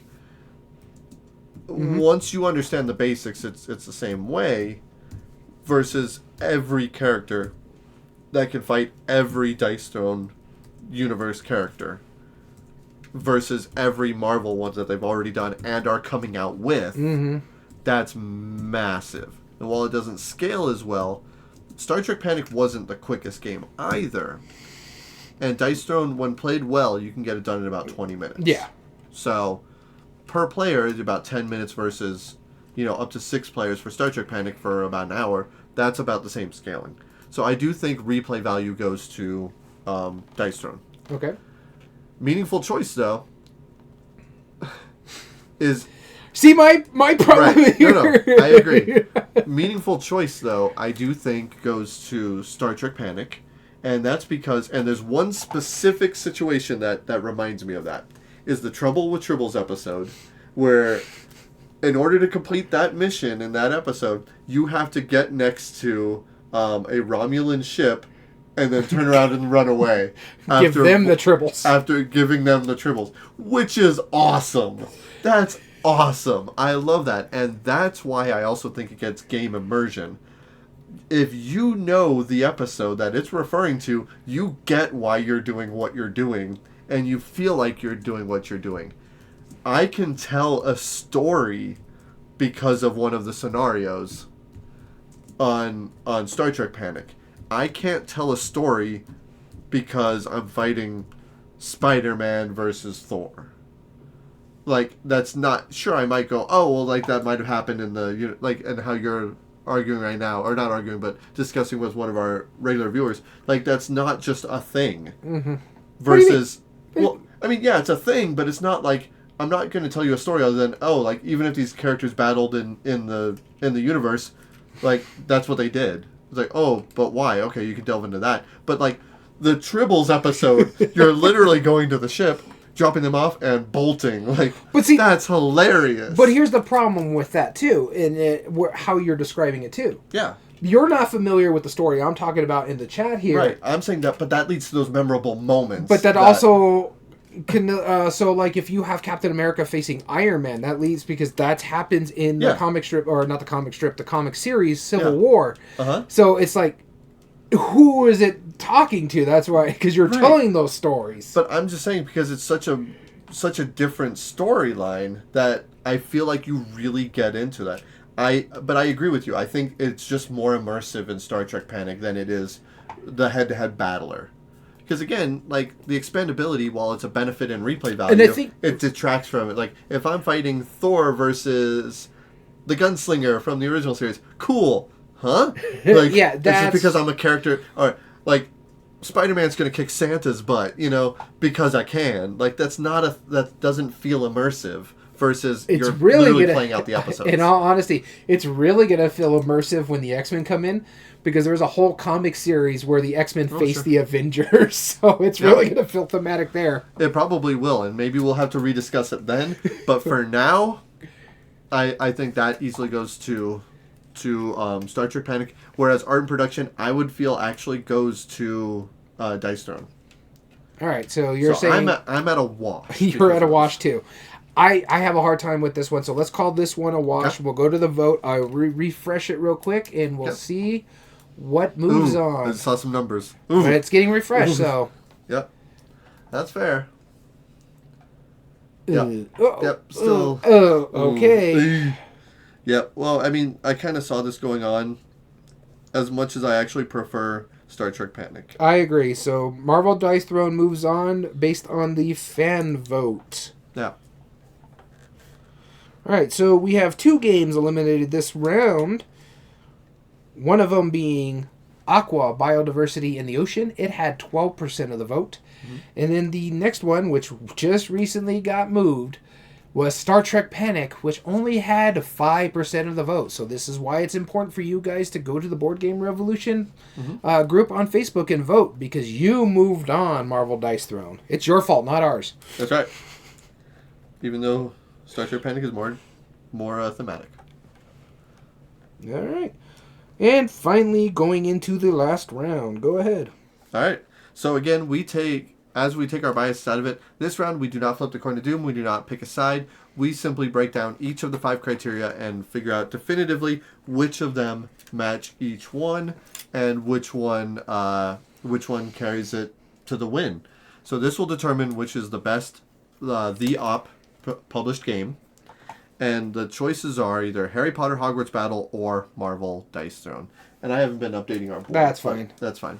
We had some technical issues with it earlier. We need to replace the computer chips in there. Yep. Is there any that you see that are immediately obvious? There is one for me. This is a biased one. Oh, I see 2 that are immediately obvious for me. Well, one for sure is very obvious for me. Is the art and production is Marvel Dice Throne. Yes, I agree with that. The other one I was going to say is I feel game immersion is Harry Potter. Yeah, I feel that one as well. I'll give you that one. Over the multiple chapters, there's no better way to describe it. And then the other one that kind of is hemming and hawing, other than the expandability, which Marvel Dice Throne, because you can integrate, the replay value, both of them kind of depends on how you play Marvel Dice Throne. It deals with the time frame of it. Sure. If you're playing the team version of it, where it's 2 versus 2, that tends to last a lot longer. Trust me, I've played all versions of this. So I can play Hogwarts Battle, depending on what part of the book I'm in, quicker than I can a 4-player version of Dice Throne. Well, it shouldn't be just... Yeah, I mean, like a 4-player version, yeah. It shouldn't be just about that, too. But I'm talking about that. I'm talking about the length of time. I don't feel like this is a fair comparison of saying it scales well. Just because you can play it 4 players doesn't mean that it's intended to be a 4 player game. I still feel at its heart it's a 2 player game that they found variations to play it 3 or 4. I do say the 3-player version is pretty cool because it's just a free for all. Sure. You all start with, I think it's 30 health comparative, and it works really well on that kind of free for all. Yeah. At its core, it should be a 2-player game and a 2 Yes. only player game. Yeah. You can play Magic 4 players. That doesn't mean it was intended for it. I'm not saying like Harry Potter is any better at any player count, but it's good at all 3 player counts. And that would win the length of time and scaling well because it's good at all its player counts well. Right. Whereas Dice Throne, even though it can be played 3 or 4 player, it really sings at 2. Right. And now here's the thing. Harry Potter Hogwarts Battle is the same amount of time regardless of player count. So it doesn't scale for a smaller amount. It's still just as long of a game if you're playing 2 versus 4 because players. you're playing through chapters. Right. Whereas literally it is half the time in a 4 player game or in a 2 player game versus a 4 player game for Dice Stone. So it scales better. Kind of. That's so like, let's call it a wash. Okay. Just for the sake of we're arguing against the same minimum number of plays for the full experience. This is tough because we're talking about the expandability of Dice Throne, but if we're just talking about Marvel Dice Throne, you have 6 characters in the big box, or because it's 2 in each of the minor boxes, right? Or is it 6 or 8? There's 8 total. 8 total, okay. For the first run of Marvel Dice Stone. Yeah. So just based on that, you have 8 different play styles. But my thing is, if I play one character versus another character, and you see both of those characters in a gameplay, you only have 4 games, really, until you learn everything. Because even though I'm not playing that character, I'm seeing how they work. Mm-hmm. And so, whereas in Harry Potter, there is 7 games, but do they change enough for it to feel different? They add more stuff, but is that a good thing or is that a detriment? So this is where I'm torn when it comes to that replay value as well. While I agree with you with your 4-game assessment in Dice Stone, because it's also compatible with all the other Dice Stone, I don't think that's a fair assessment. I think it would be 8 plays, no matter what.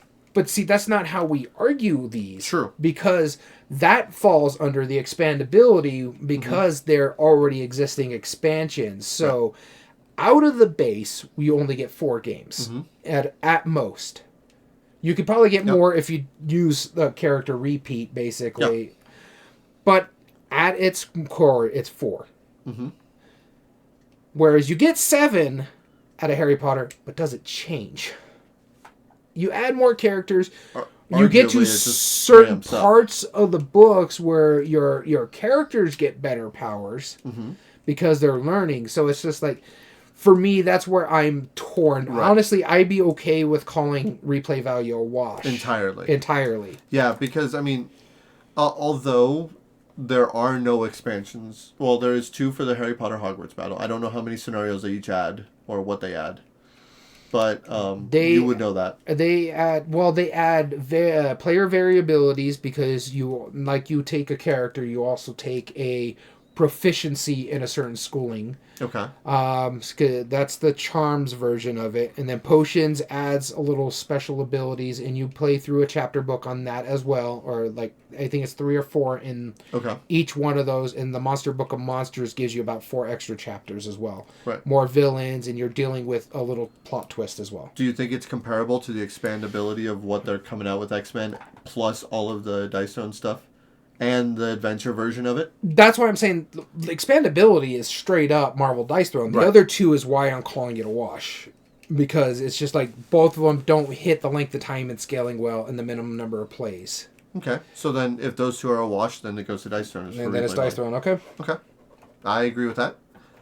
You have very sound arguments. Now, all right, let's go back to game immersion. We'll come back to that because that'll be the contentious. No, we already gave game immersion to Harry Potter. That was the 2 we gave. Oh yes. Okay. Meaningful choice and ease of play. I think ease of play is going to be the contentious one. Yeah. I think meaningful choice, impacting other player strategy. Both of them kind of have it. You can help other players in Harry Potter, Yep. but that's Which makes basically sense because it's co-op. it's co-op. Both of them are very strategic. Both of them have a lot of arbitrary choices. So, Right. Yeah, because dice rolls versus deck building, sure, they're both pretty random. the only thing I think it changes the arbitrary choice aspect in Harry Potter is that you choose what goes into your deck. But here's the flaw with Harry Potter. It's always a good option. Not the fact that it's always a good option. Sometimes you can't wipe the board and things are too expensive for you to buy. Yes. And so that Which money is a gets huge wasted. detriment. Yeah. Which is an argument that why Why it's Toy Story was better. Yes, they give you now the expansion fixes that ability. There is something that allows you to wipe the board in the expansion. But that's the problem. It wasn't in the base game. We always argue the base game. Right. The only time we argue expansions is a replay value. Right. So, yeah, no, I feel like with the combination of your cards being able to upgrade your stuff and use your ability and the ability to use those cards to manipulate your dice to get the combinations you want to, I feel like there is definitely more choice even given the random and dice turn. Yeah. Personally. Now, the depth of the tactics and the strategy, again, like, deck builders kind of live off of the whole, if everything is better, it's all good, and that's arbitrary. And I feel like... But here's my thing. Well, go ahead. Sorry. No, I just feel like that a lot of what you do is a rinse and repeat kind of thing, because you don't have too many bad things that you have control over to mitigate from there in Harry Potter versus Dice Throne, which you do. And see, here's my thing with when you're making that kind of argument. There is a lot of the fact that the depth and the strategy in there. Mm-hmm. Because if you're playing, say, you're playing the Harry Potter character and I'm playing the Ron Weasley character, my Ron Weasley character that I built up was all about attacking. So I was I'm going to run in and start punching these things because that's what I'm building in my deck. I literally got into that role-playing aspect of the character. Right. And it's a meaningful choice. It's like, hey, if you guys can, leave me those attack cards there so you're working as a team because the way I'm building, I can do these final blows. So there's that tactic where you're working as a group when you're impacting other players. It's like, if you got to take that card, that's fine. But if you can leave it there, that'll work great for me. And the fact that I'm a Weasley and there's cards in there that interact with other Weasleys really got me into that aspect of it. It's like, okay, can you leave those there for me? Right. Because it's really going with my deck. So there is a lot of depth of how you build that deck. But this is really hard. Yeah, this is a tough one. All right, is there any of those that you do feel go to one of them? Impact on other players would probably be Dice Throne. Yes, because it's basically a straight up battler. Right, but there is like a lot of options to where you could fit. It's not just like, oh, I'm lowering your timer, right? Which is your health point. No, like a lot of my abilities do legitimately affect you, whether you can continue to roll your dice or what options you have. Spider-Man, the Miles Morales Spider-Man in there is really bad at blocking you from being able to do stuff. I think that one is very overpowered in the Marvel system because it can block you from doing things. Right.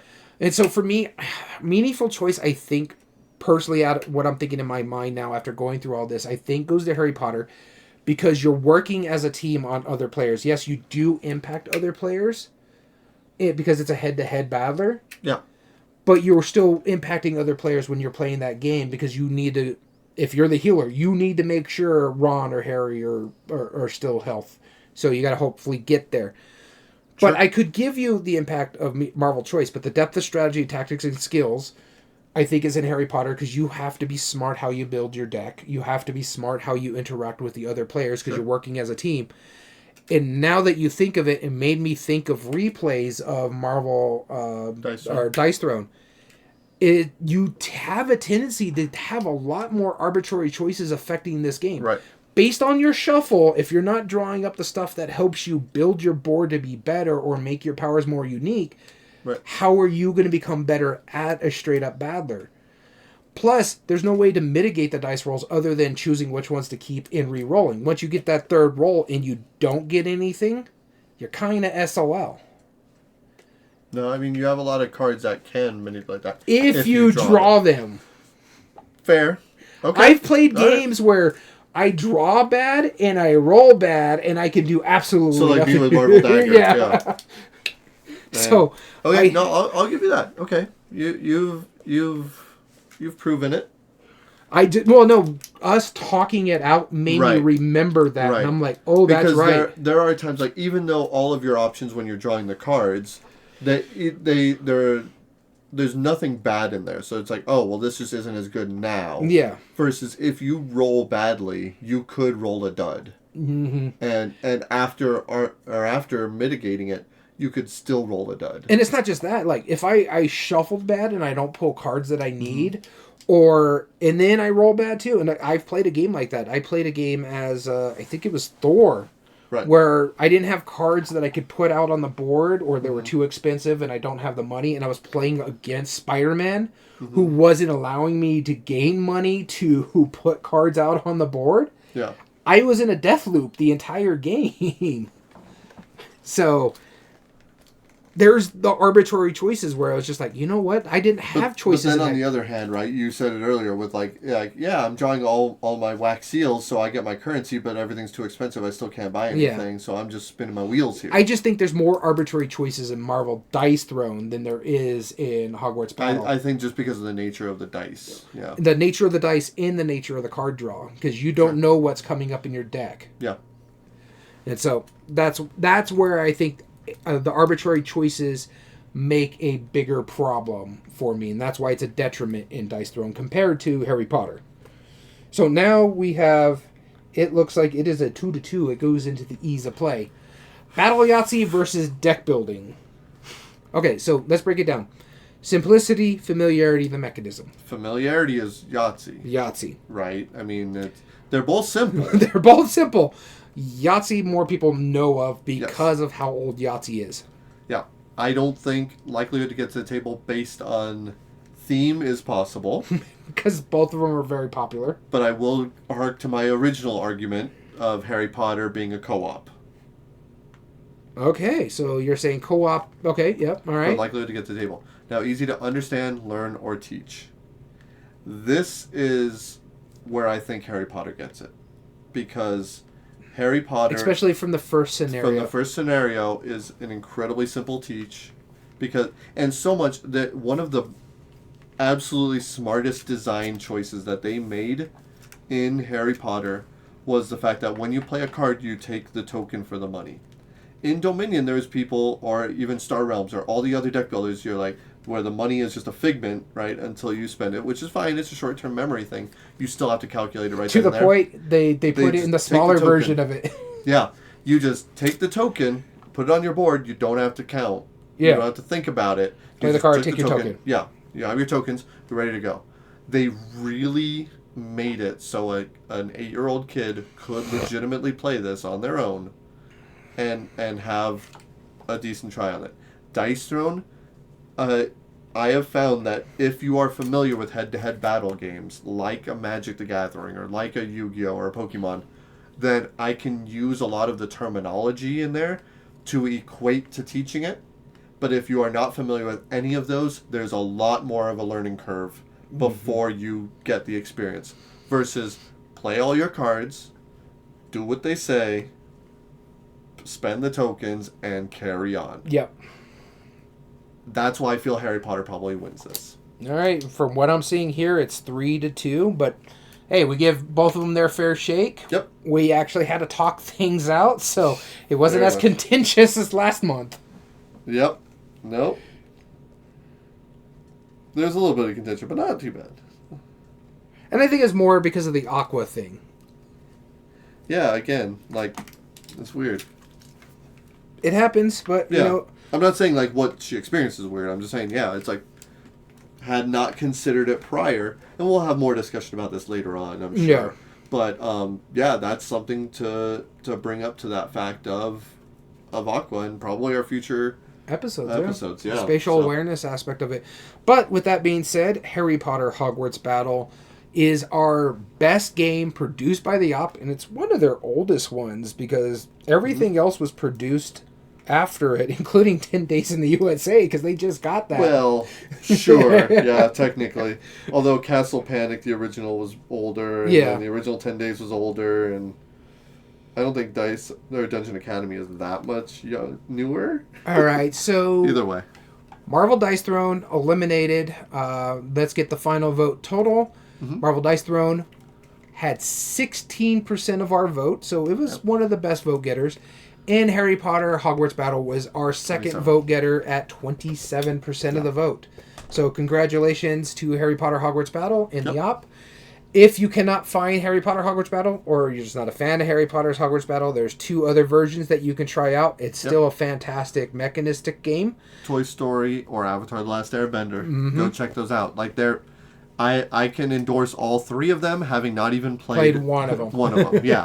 Just knowing what I know, I'm sure it's good. It's going to be fantastic. And I think from what we saw, it's going to be based off the first 3 books of Avatar, but I think they're also going to be doing stuff with Legends of Korra in there. I'm not too familiar. It looks good. We got to only see a little bit of it at the Gamma Expo, so looking forward to that. But all in all, I didn't mind this one. Yeah, this was easy enough. Wasn't too bad. And I'm okay with it, like a Harry Potter game winning. Yeah. Like, that goes to show it. Like, I 100% agree with these results. And because it's a fantastic game. Because it's a good game. Because you don't agree with a theme doesn't mean it can't be a good game. Yeah, exactly. I don't have to disagree with it. I mean, if you're a Harry Potter fan, like, you're going to love this game. If you're not a Harry Potter fan, you might still really like this game. If you like deck building, you should try this one out. Absolutely. With that being said, we hope you have enjoyed this episode today. If you want to send me hate mail, remember, Daniel@everydayboardgames.com for my misunderstanding of the ships. It happens. All right, tell them the true email. The true email. If you want to actually contact us, not for hate mail purposes, but if you want to join in on the conversation, just to say hello, enter in future contest ideas, or even give us ideas for future episodes, email us at everydayboardgames2020@gmail.com. And you can also contact us via Instagram, or even just see what we post, instagram.com/everydayboardgames. All video re-uploads are found on YouTube under youtube.com/@everydayboardgames. And if you like what we do, there are 3 things you can do to help us grow on the platform. Subscribe if you're not, like the video, and comment down below and tell us your thoughts on the subject. And if you want to join us on a live episode, like our friend Illuminous, who sent me some hate mail or a death message in Klingon, actually, which was pretty impressive. Or anybody else who joins us on our live episodes, and you can see the shenanigans in real time, join us at twitch.tv/everydayboardgames. And finally, all audio versions can be found on most podcast platforms under Everyday Board Games Podcast. This includes Spotify, Amazon Music, Podbean, and Apple. So we're going to thank you so much for tuning in. As always, I've been your host, Daniel. And I've been your host, Daniel. And live long and prosper. And remember, every day is a good day for board gaming.